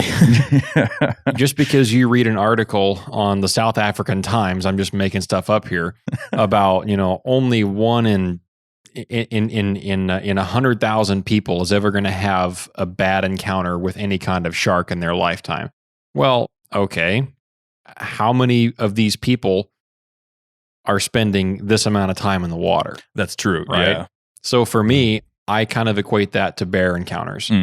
Yes, you have a pretty low chance of your average hunter that spends maybe 2 weeks a year in the field. Maybe that guy only has like a 2% chance in his lifetime of 2 weeks of hunting per year of ever having an adverse encounter with any kind of bear, black, brown, or grizzly, right?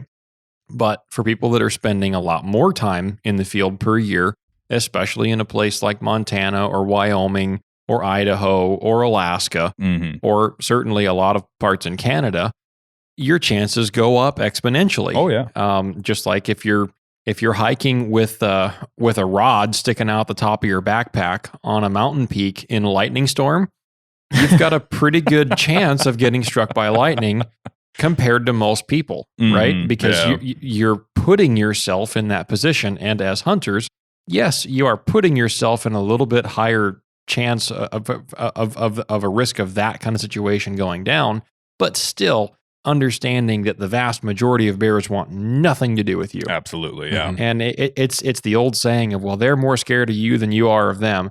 Well, I'm not 100% convinced of that every time, but it's just instinctual for them by nature. They might not even be scared of you.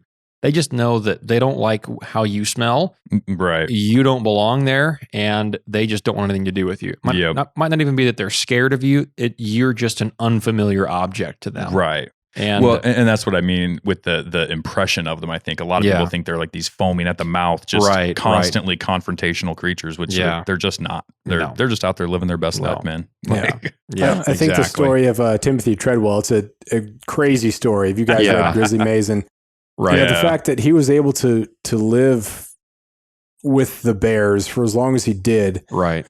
When you look at the story, you look at the fact that he had never been there during a time when the resource was limited. He'd never stayed that late before. And so like it's during the summer and there's this weird thing that's hanging out with us that, okay, he's not a threat, right? So sometimes he had some footage of when they were getting maybe a little bit aggressive. And the cojones on that guy, or maybe he was delusional or whatever, but it wasn't until the conditions changed. It wasn't until there wasn't a lot of fish in that other river that the other bears come. So you had an unusual concentration of bears in that area.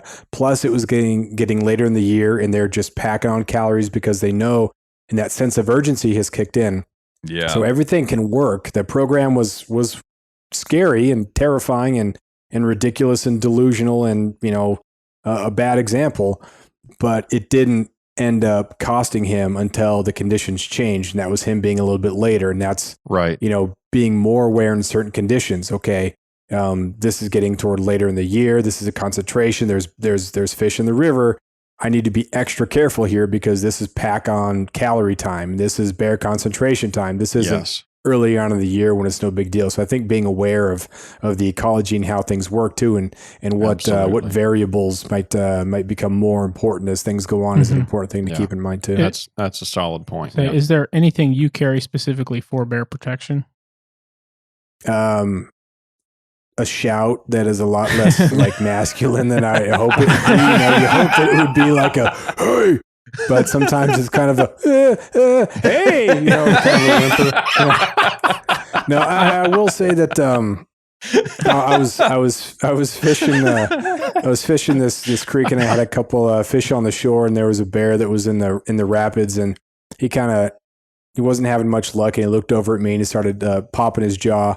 And then there was it was a 15 or so foot creek, and I was fishing this elbow, and it was a really deep elbow. And so the bear started charging, but I just said no, and I yelled at it. And I think part of it was knowing that, okay, if he does decide to come over, he's going to have to swim for at least a couple seconds. They can cover that ground pretty quickly, but it is a little bit deeper. And so if he's serious and he gets in the water, I am out of here. But I did yell no, and I was stern, and I held the ground, and he just, it was a fake out. He didn't even get in the water, and then he just went back to kind of doing his thing. So was that the right thing to do? Probably not. I should have just, gone away. But I think there's something to say about, standing the ground and not looking like prey. And going back to the Treadwell story, it was that bear came back for his girlfriend likely because she was making those wounded animal noises. Right. Yeah. That evoked that predatory response, which is horrible and tragic. Yeah. So I think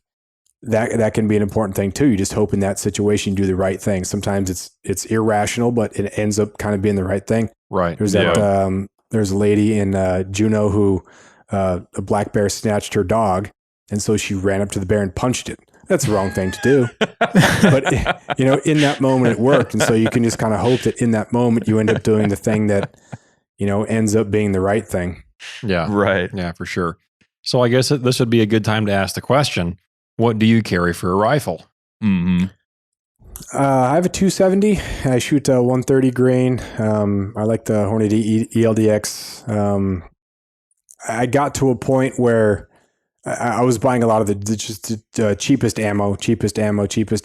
But then after you shoot to a point, you start to think, all right, well, maybe my rifle does like ammunition better than some others. I think there's a temptation for us to want to blame our scope, want to blame our rifle, want to blame our ammunition, when a lot of times it's ourselves. And I do like blaming myself, because if it's my fault, then that's something that I could fix. That's something that I can work on. It's a skill. I'm not at the mercy of my scope and everything else. So once I feel that I have things pretty dialed in, then I can start looking at, all right, well, because I'm shooting pretty well, because I know what I'm doing, because I have a good routine, then I can start looking at, maybe this is a better bullet for or better round for me. So I like that. It's a little bit more expensive, but my rifle seems to like it. My rifle's a Savage 116, so it's not an upper rifle whatsoever. Right. It's kind of a starter kit that came with a Weaver scope, which I liked, and it was until you have some experience, you don't really know what else you would want in a gun. Right. Same thing with, I related to fishing a whole lot. Your first time you're fly fishing, you fish with this rod and you don't know any different.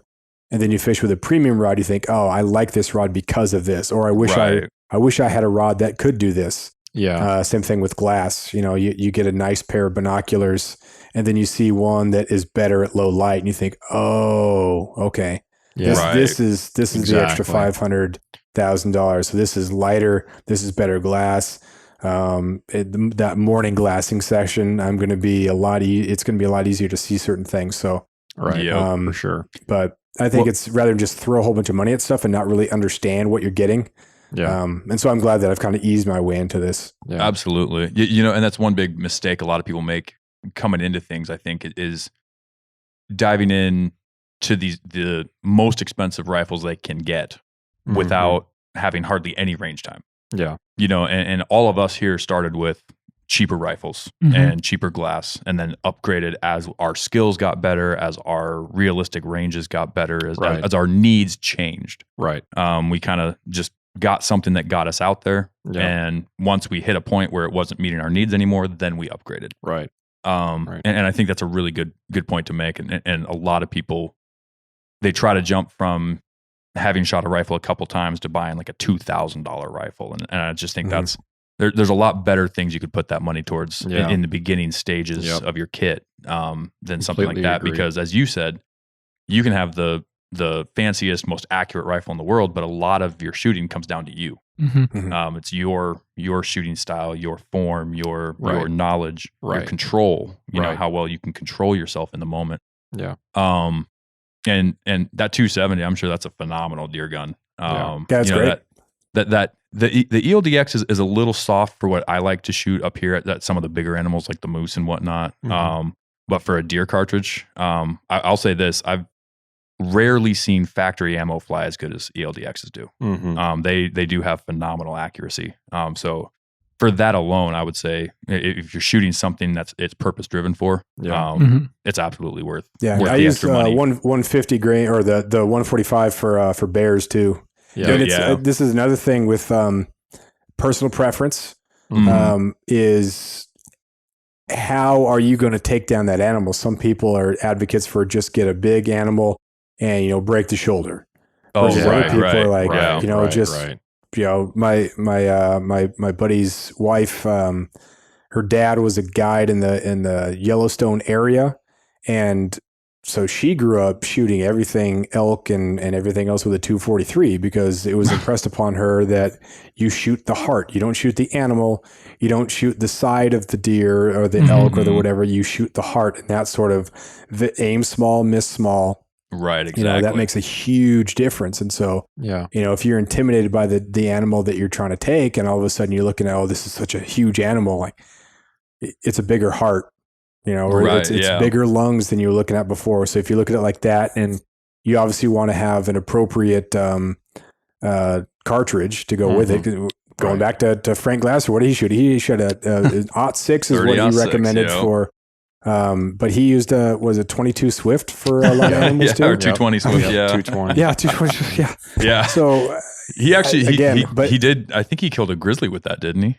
I think it took 11 rounds, but he did it. Yeah. And that's we get in that I think a lot here because we watch films, and this really really good hunter took this really nice gun of this caliber on his caribou or on her whatever hunt, and so we think, I'll just get that, and it'll be like the same. Well, it's not, because that is a weapon in their hands, and it's a $3,000 thing in mine. In archery too, you see, because Cam Haynes is shooting, killing a balloon at 100 yards. That's him, man. You buy the same bow, like it might not be the right bow for you. Hoyt might not be for you. It's a nice bow. It's an expensive bow, but maybe there's a different brand that feels good. So we can really get caught up in that. And I think in the world of sponsors and sponsorships and everything like that, this is why I choose this gun, and I prefer this gun. And I think it means a whole lot more when you have these people who have been with the same brand for a long time. I think that matters a lot. It's not, hey, I got a better deal, so I'm going to switch brands. Like, Savage.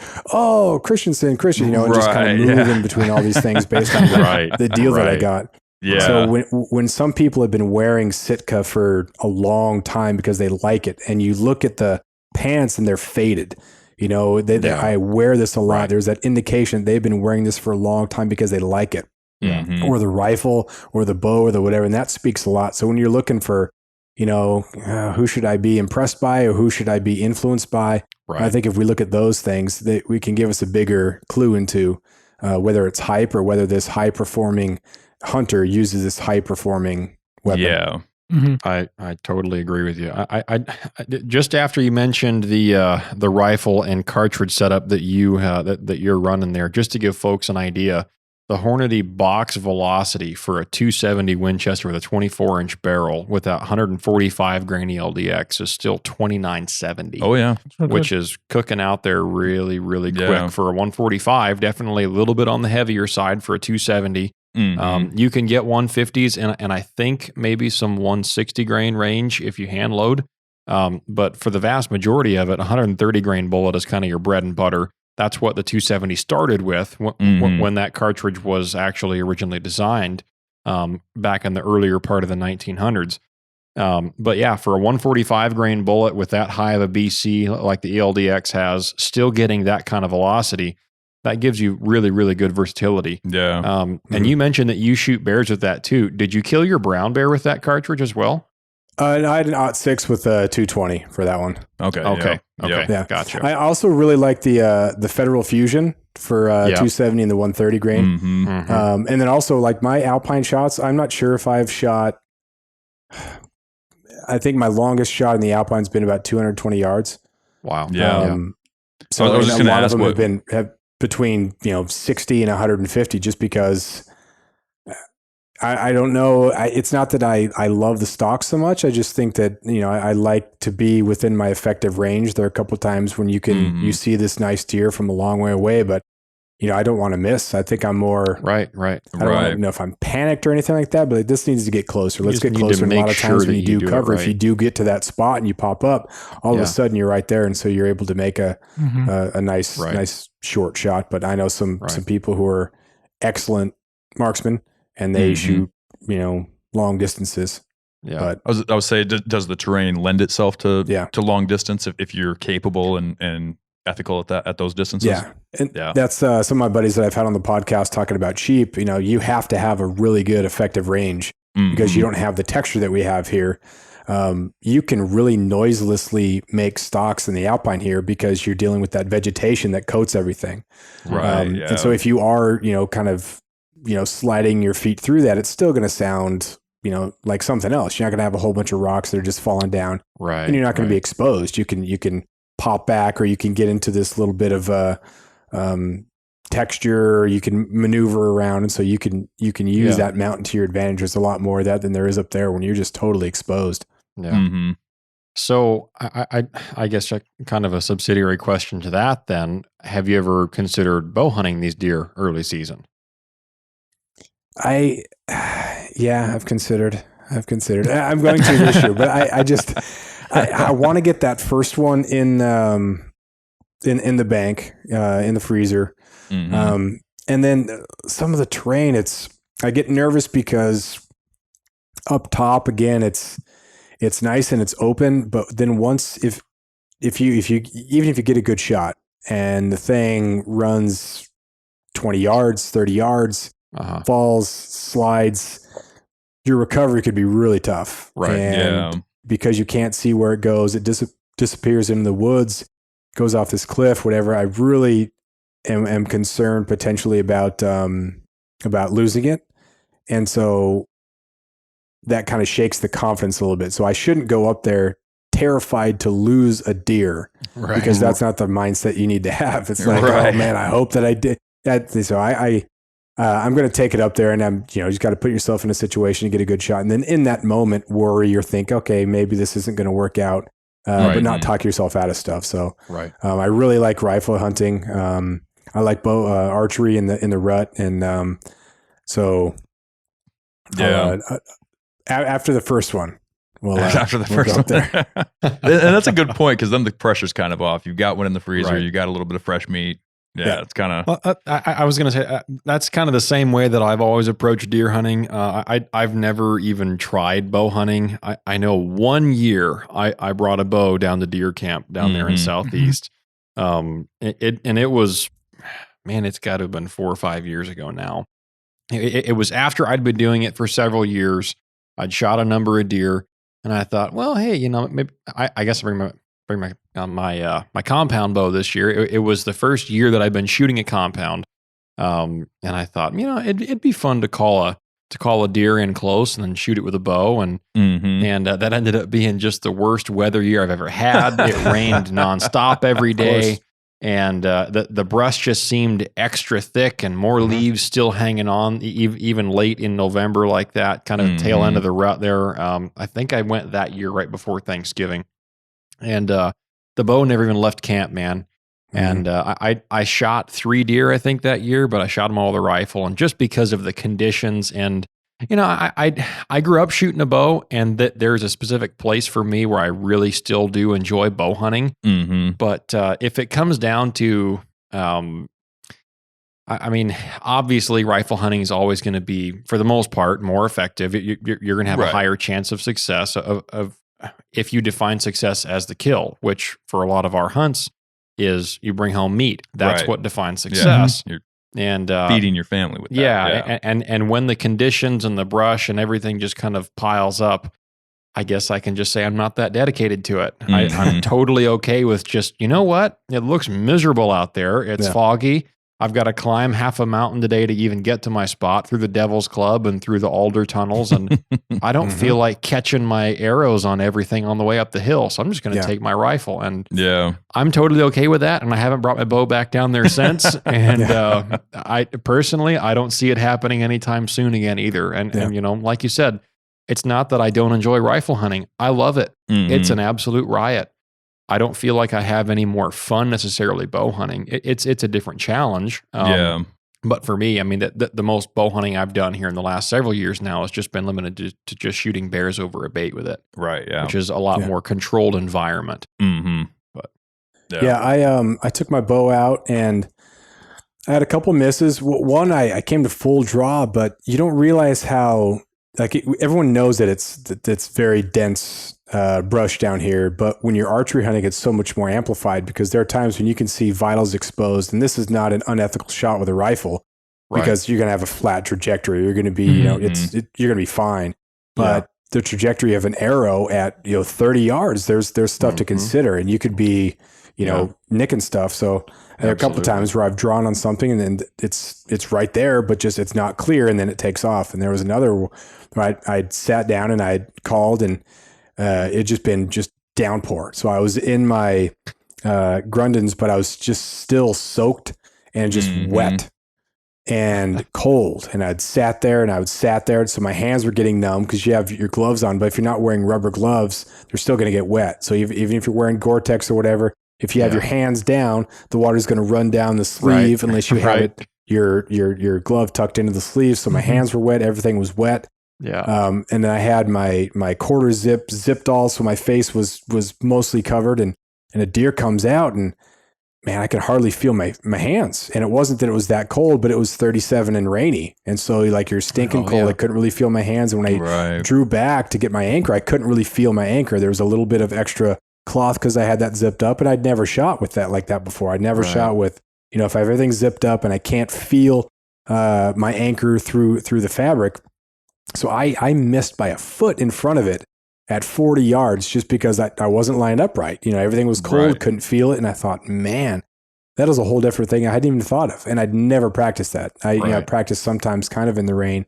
But man, when your hands are cold and you know, your legs are cold and you stand up from sitting for a while, like nothing is stable, nothing is the same. And I thought, man, that's I'm glad that I airmailed that thing because that had all the makings of a, you know, horrible shot. Right. I haven't heard of guys that get to that situation and their animal that they're trying to shoot comes out and they've been sitting there for long enough and they're just freezing cold. Like you said, it's not freezing, but it's cold and they're soaking wet and your muscles stiffen up and they can't even draw their bow back.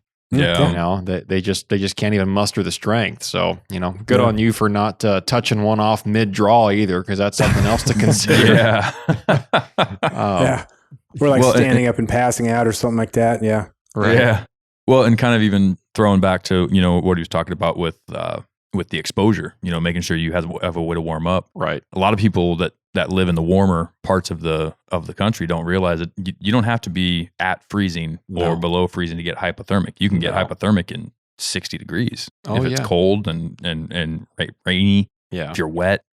Doesn't take a whole lot to be, you know, it's more the long-term exposure that does it than anything else. Right. And those hot hands don't work if they get really wet. So that's another thing too. You can't put those into wet gloves. And people talk about if your boots get wet, to put those in your boots and they'll be dry in the morning. Like, no, they won't be. If you sweat, if your feet sweat and your boots are damp from sweat, then you could put those in there and your boots are going to be dry in the morning. But if your boots are soaked from walking through muskeg or whatever, if you put those in there, they will be just as wet as they were the night before, and you'll be out a pair of hot hands. So that's not we'll just bring hot hands, it'll be fine. Like, it won't. No, so a couple things to add here. So if you don't have the ability to dry anything out, say that it's just totally soaked, you don't have a fire going, you don't have any kind of like an ultralight TP / wood stove setup in a hunt like this, which most folks don't run. I know somebody this year that's going to be trying that. Well, I'm curious to see the results on that. But and so there's a company out there that makes ultralight boot dryer fans, Graxol, and they're very, very lightweight, and they plug into your battery bank and then just blow air into your boots and then allow some air circulation in there. Well, that works one of two ways. If you have a nice dry day where you have some sun and you can set those out in the sun to allow that to blow dry air and circulate dry air into your boots, it works that way.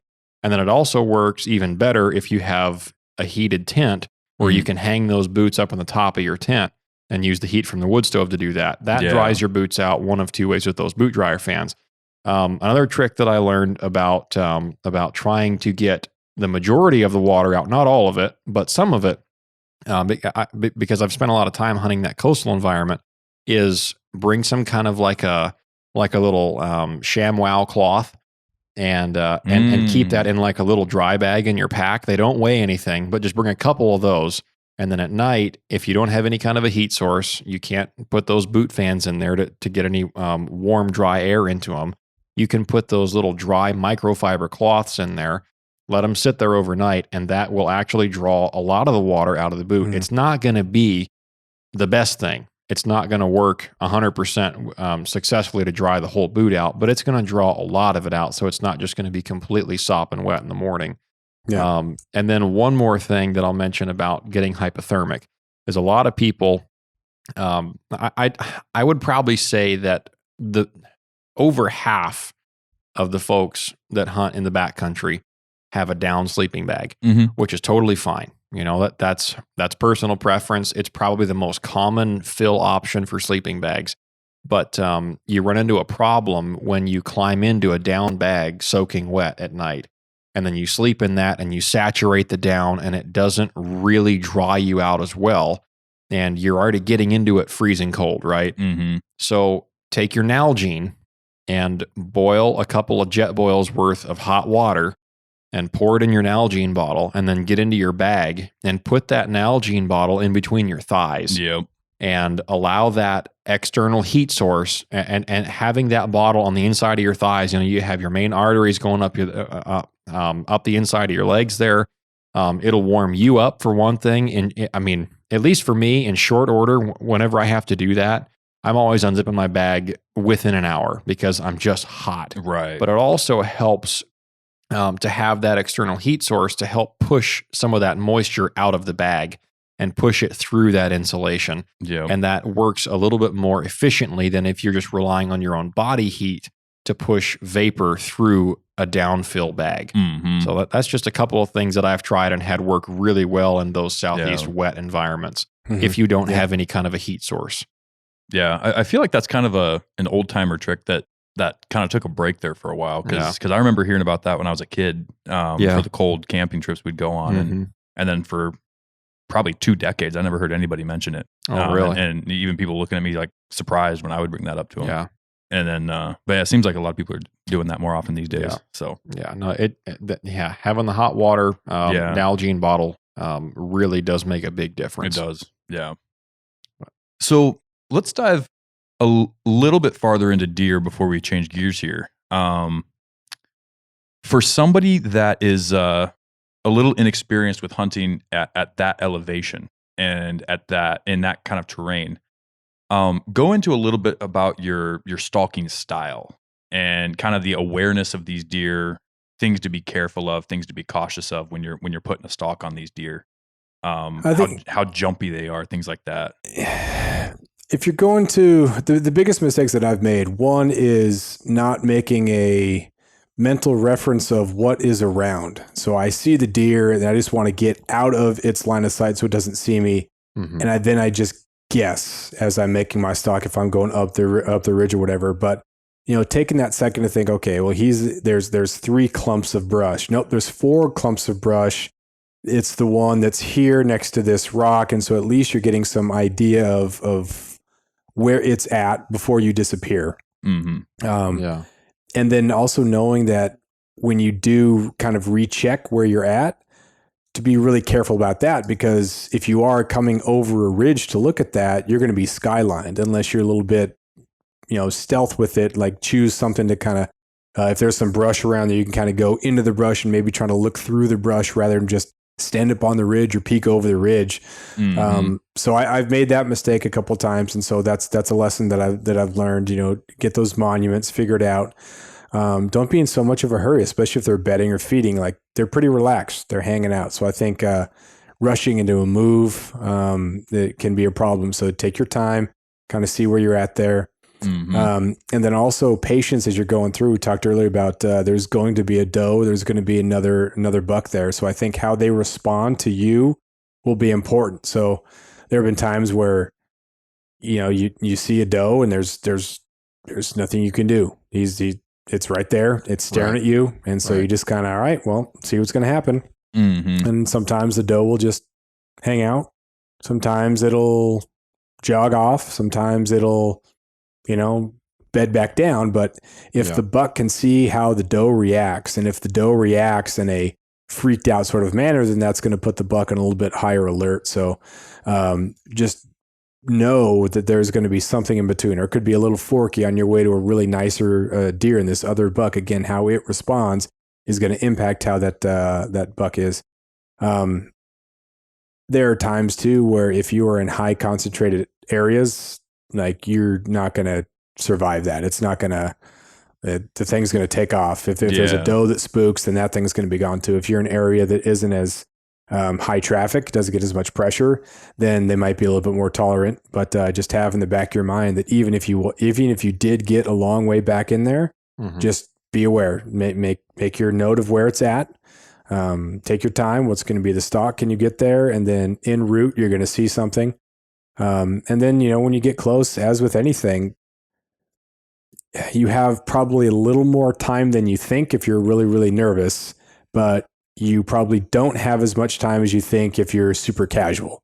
So it's kind of like knowing how you respond to that moment, I think, has been important. There have been times where I've looked at it, he's going to go. And I get so worked up that I have to do this right now, that I don't take the time to make sure I go through the fundamentals that I practice when I'm shooting my rifle. And all of a sudden it's the Wild West and I'm just, sending them. So just taking that moment to make sure it's a good shot, because if you do only get good shot, take the extra little bit to make sure that you have the breathing down, make sure everything is settled, make sure you're in good shape. So I know it's just fundamentals, but just, realizing that, knowing that. And again, you have a lot more texture down here. And so really good stocks are definitely capable and a lot more easy than a lot of your dull sheep type situations there. So yeah, just your fundamentals, staying calm, being smart. Wind can be a thing too. I know a lot of the guys in like down south talk about thermals and have like whole classes on the thermals and the elk. So I think, whoa, when I was elk hunting down in Wyoming, I had to really pay attention to that because they totally obey the thermals because that's how they survive. So I don't know a whole lot of people who really pay a lot of attention to thermals when they're hunting here in Southeast. So I know, but wind is always something, if they can smell you, if they can see you, that's always something you should be wary of. But keep that in your pocket. Oh, good stuff. I got a couple of questions here for you, Jeff, just that I thought of here as you were talking about that. And this is kind of going back to what we were talking about earlier about size. But do you have any idea about antler growth from the time that we start hunting them, beginning of August when season opens, to when they turn hard-horned? Middle of August is typically when I start to see the first bucks that are in the process of shedding the velvet or even out of the velvet. Trying to think. I don't believe that I've ever, within the first week of August, seen, unless it was maybe a forky or something like that had already shed the velvet or something like that. But for the most part, they're within a week or so of being finished with that. And then by mid-month, I've seen hard-horned and shot some nice ones. But it can even be up into, late August. But at mid-August is typically when you start to see some that are starting to shed it. Yeah. So pretty much by the beginning of the month of August, when the season opens, if you shoot a buck that's a nice big deer, you don't necessarily have to think that, man, had he been hard-horned later in the season, he would have been a lot bigger. It's not really a case situation like that. No, it's not going to be a ton. And those blacktails, it's a lot more compact rack, and so a lot is kind of your frame of reference. It's a lot smaller when it comes to that. But yeah, I think I'm pretty comfortable shooting something in the early August and not worried about what it could have been, because it's within a week or two, and a guy like me is not going to pass up nice bucks very often. Right. So that's a great way to lead into my second question there. What caliber of buck are you looking to shoot? Like, are you going to shoot a nice, mature, somewhat full-framed forky buck, or are you looking for a buck with eye guards, or do you see a lot of 3x3s with eye guards, or what's kind of the average that you see for like a good several-year-old mature deer? I don't really have the luxury to pick through very often. It tends to be that, when I'm going up for the opener, it's if there's something good there, again, get that first one in the freezer.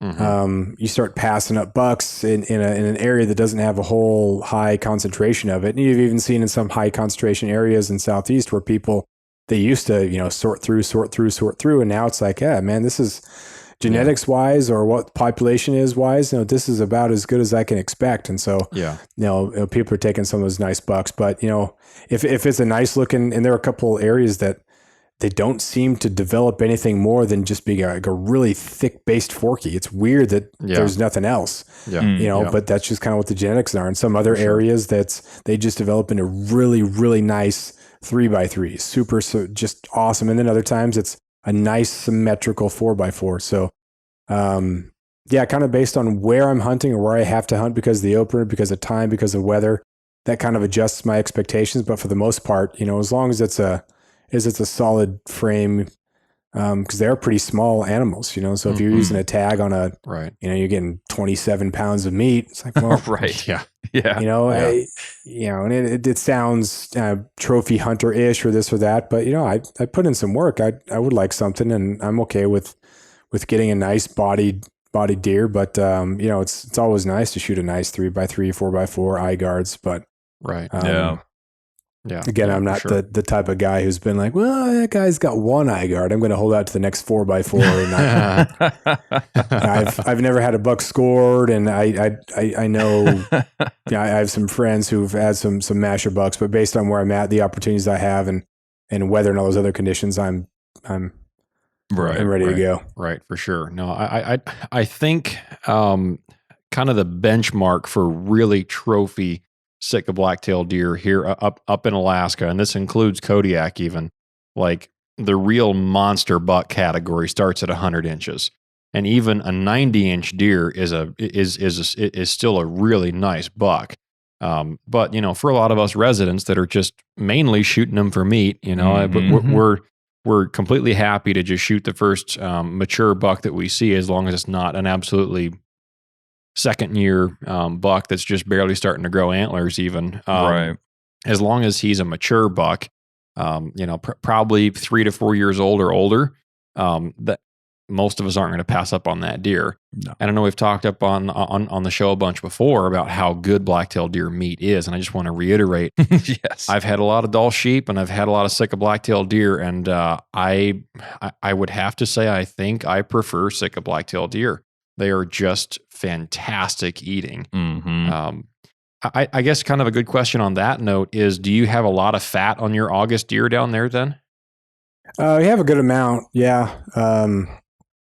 It kind of varies too. There are some deer that I took one deer that was just an absolute monster, and it had so much fat, and it was so much bigger than my previous.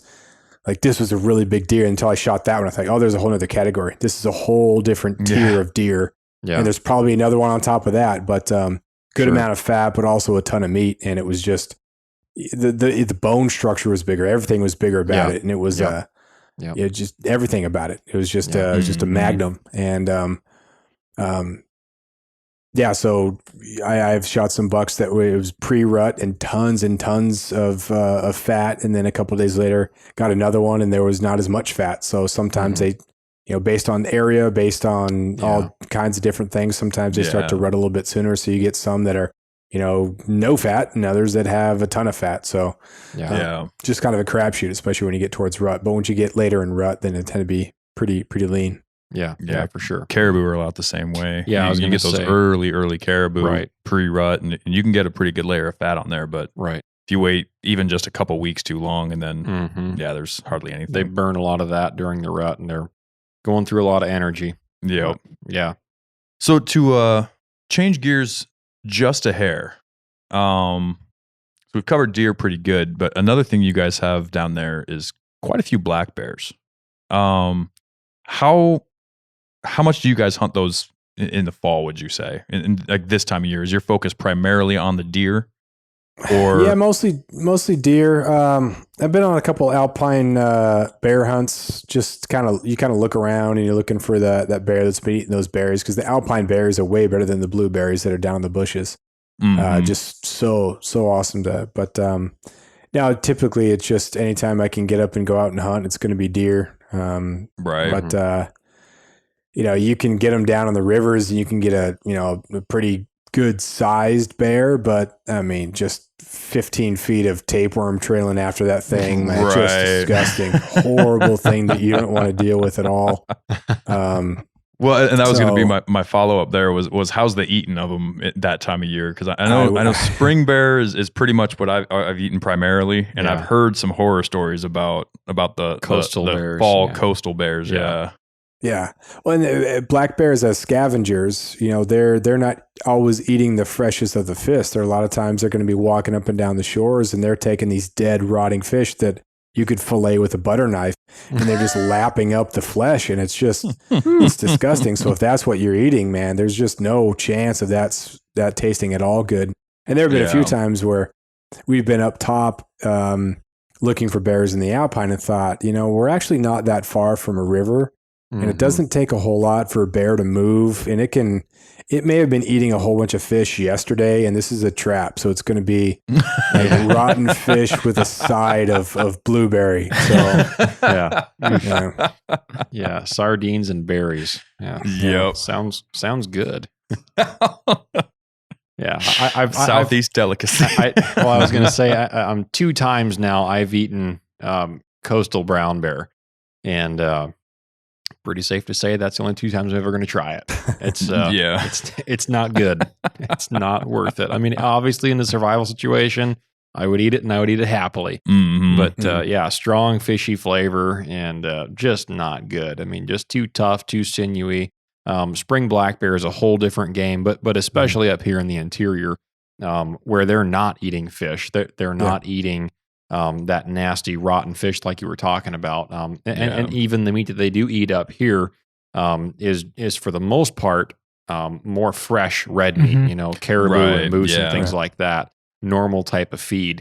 But yeah, generally up here in the interior, at least in my experience, I've never had a bad black bear up here in the interior. Right. But I know of a lot of guys down there in the Southeast Islands that and even somewhere in like if you were to go to out of Valdez or out of Homer or somewhere like in Prince William Sound area, a lot of those, those are coastal bears that they're eating the same thing they're eating down in Southeast.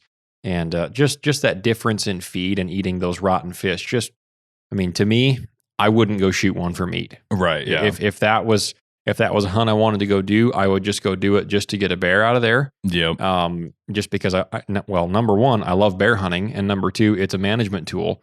But if I was looking for a black bear for meat quality to eat it, that's not where I would go to kill one.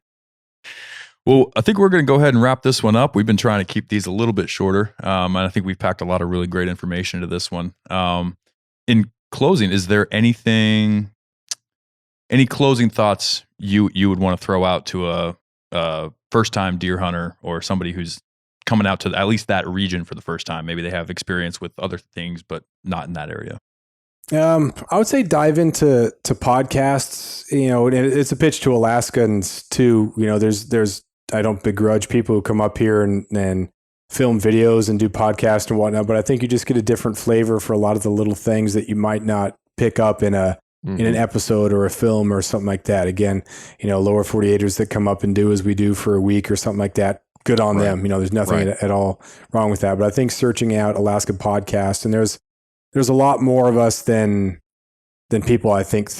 There's a lot of Alaska content out there, and there's a lot actually done by Alaskans too. So listening to podcasts and getting a lot of things that you didn't even know to think about, didn't know to ask about, I think that would be a good thing. And knowing the difference too, that there could be some subtle differences between hunting, unit 2 versus unit 1 versus unit 4. So, and then also those regulations, everyone's heard about Prince of Wales. Everybody's heard about Kodiak, but there's a lot of different things that are going in there, and a lot of things that people leave out of the films because they don't want to divulge every single fact. So do as much research as possible to reach out to people. But in the same way, when you call a biologist, don't say, "Hey, where can I hunt sheep in Alaska?" If you call a biologist and say, "Hey, I'm thinking about this unit, I'm thinking about this drainage, I'm thinking about, this time of year, am I on base here? Is this something that I might have a good chance? What's the population like?" Have some real things rather than just, if you want to go on like Alaska Blacktail Forum and just ask questions, you can. And there are some nice people who will give you some information. But I think the more information that you have, and the more you reach out to people and have a conversation and say, "Hey man, I just want to do this. I'm excited about it. This is the type of person I am, the type of hunter I am. I'm not just going up there. I'm going to try to make it as easy as possible. I'm just going to film this, and I'm going to go back to all my buddies and share how I conquered Alaska." I think if you have that humility, I'm in someone else's backyard. This is someone else's spot. Well, no one owns the spot, but I'm going to be a guest in someone else's area. And I think that sort of attitude will be really good for getting information going forward when you reach out to people. And acknowledge that, hey, I'm a good person. I'm a good hunter. I'm a respectful hunter. I understand what it means to go into someone else's area to hunt. So, I'd be willing to have any information that you can give me. Here's what I've researched so far. So I think that goes a long way with people willing to be helpful with you or for you. Absolutely. Absolutely. Yeah. Attitude like that is everything. Honestly, it really is. Yeah. Well, Jeff, we appreciate you coming on the show and sharing your expertise with us. It's been a great pleasure talking to you. And why don't you go ahead and let people know where they can find your podcast, your written content. I know you have a couple books out. So, yeah, well, really appreciate you having me on. It's nice to talk to Alaskans, and again, it's amplifying the voice of Alaskans. It doesn't mean that anybody else is bad, but it's just fun to talk to people from different areas of the state. So there's some commonalities, and sometimes there's some overlap, and it's just a lot of fun. Glad that you guys are entering the realm, have been in the realm. You're working through the kinks and getting after it. So it's fun to see. And I think it helps all of us Alaskan podcasters kind of increase our it's not a competition. It's this podcast or this podcast, it's kind of all of us together. We complement each other. And it's great to be on here. I really appreciate you being, allowing me to be on here. My book, Beyond the Hunt, is available, as well as my other book, A Miserable Paradise Life in Southeast Alaska. You can get those on Amazon. You can also go to onstepalaska.com and you can order them there. My podcast is called On Step Alaska, and you can get that wherever podcasts are available. All right, guys. Well, if you have any questions about anything we talked about today, definitely reach out to us at our email. It's info@thenorthernhunter.com. You can also go to thenorthernhunter.com, our website, and we have a nice contact us button there. And our social medias are at The Northern Hunter, currently on either Facebook or Instagram. Another great way to support what we're doing, if you'd like to help us keep going, is shopping from our sponsored products or you can find those on our website. We have a partners page there that'll have links to everybody. Dalton will tell you about them here in a second. And we also are going to have a shop there where you can go get yourself some nice Northern Hunter merch, and that really helps us out as well. So Dalton, why don't you tell them about the partners we got? Yeah, so currently right now we have 5 partnerships that we're working with. 3 of those have the same discount code. Nice, easy to remember. We have Yukon River Knives. We've talked about their knives a lot. We'll be using them a lot here coming up this fall hunting season. Yukon River Knives, we have the discount code The Northern Hunter. No caps, no space at checkout. And then also for Hammer Bullets, our newest addition to our partners that we have a discount code through, so you can save money on your on your bullets purchases. We all shoot hammer bullets here, and they're easy to load for. They shoot well, and they work well on game on the terminal side.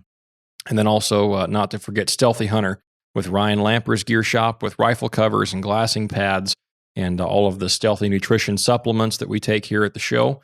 And that discount code is also the Northern Hunter at checkout. And then if you are doing any bear baiting or trapping lures or even possibly moose lures that you need to shop, we are partnered with Batum 907. They are a local Alaska-based company that makes all of our attractants and lures that we use for bear baiting. And then also, last but not least, our remaining partner is Weatherby Rifles, based in Sheridan, Wyoming. All-American company, and we're happy to be working with them as well. All right. And guys, definitely give us a review on whatever platform you're listening to us on, and a rating with the stars, all the stars if you can. We'd appreciate it very much. So, all right, until next week, get out there, get after it, and good luck.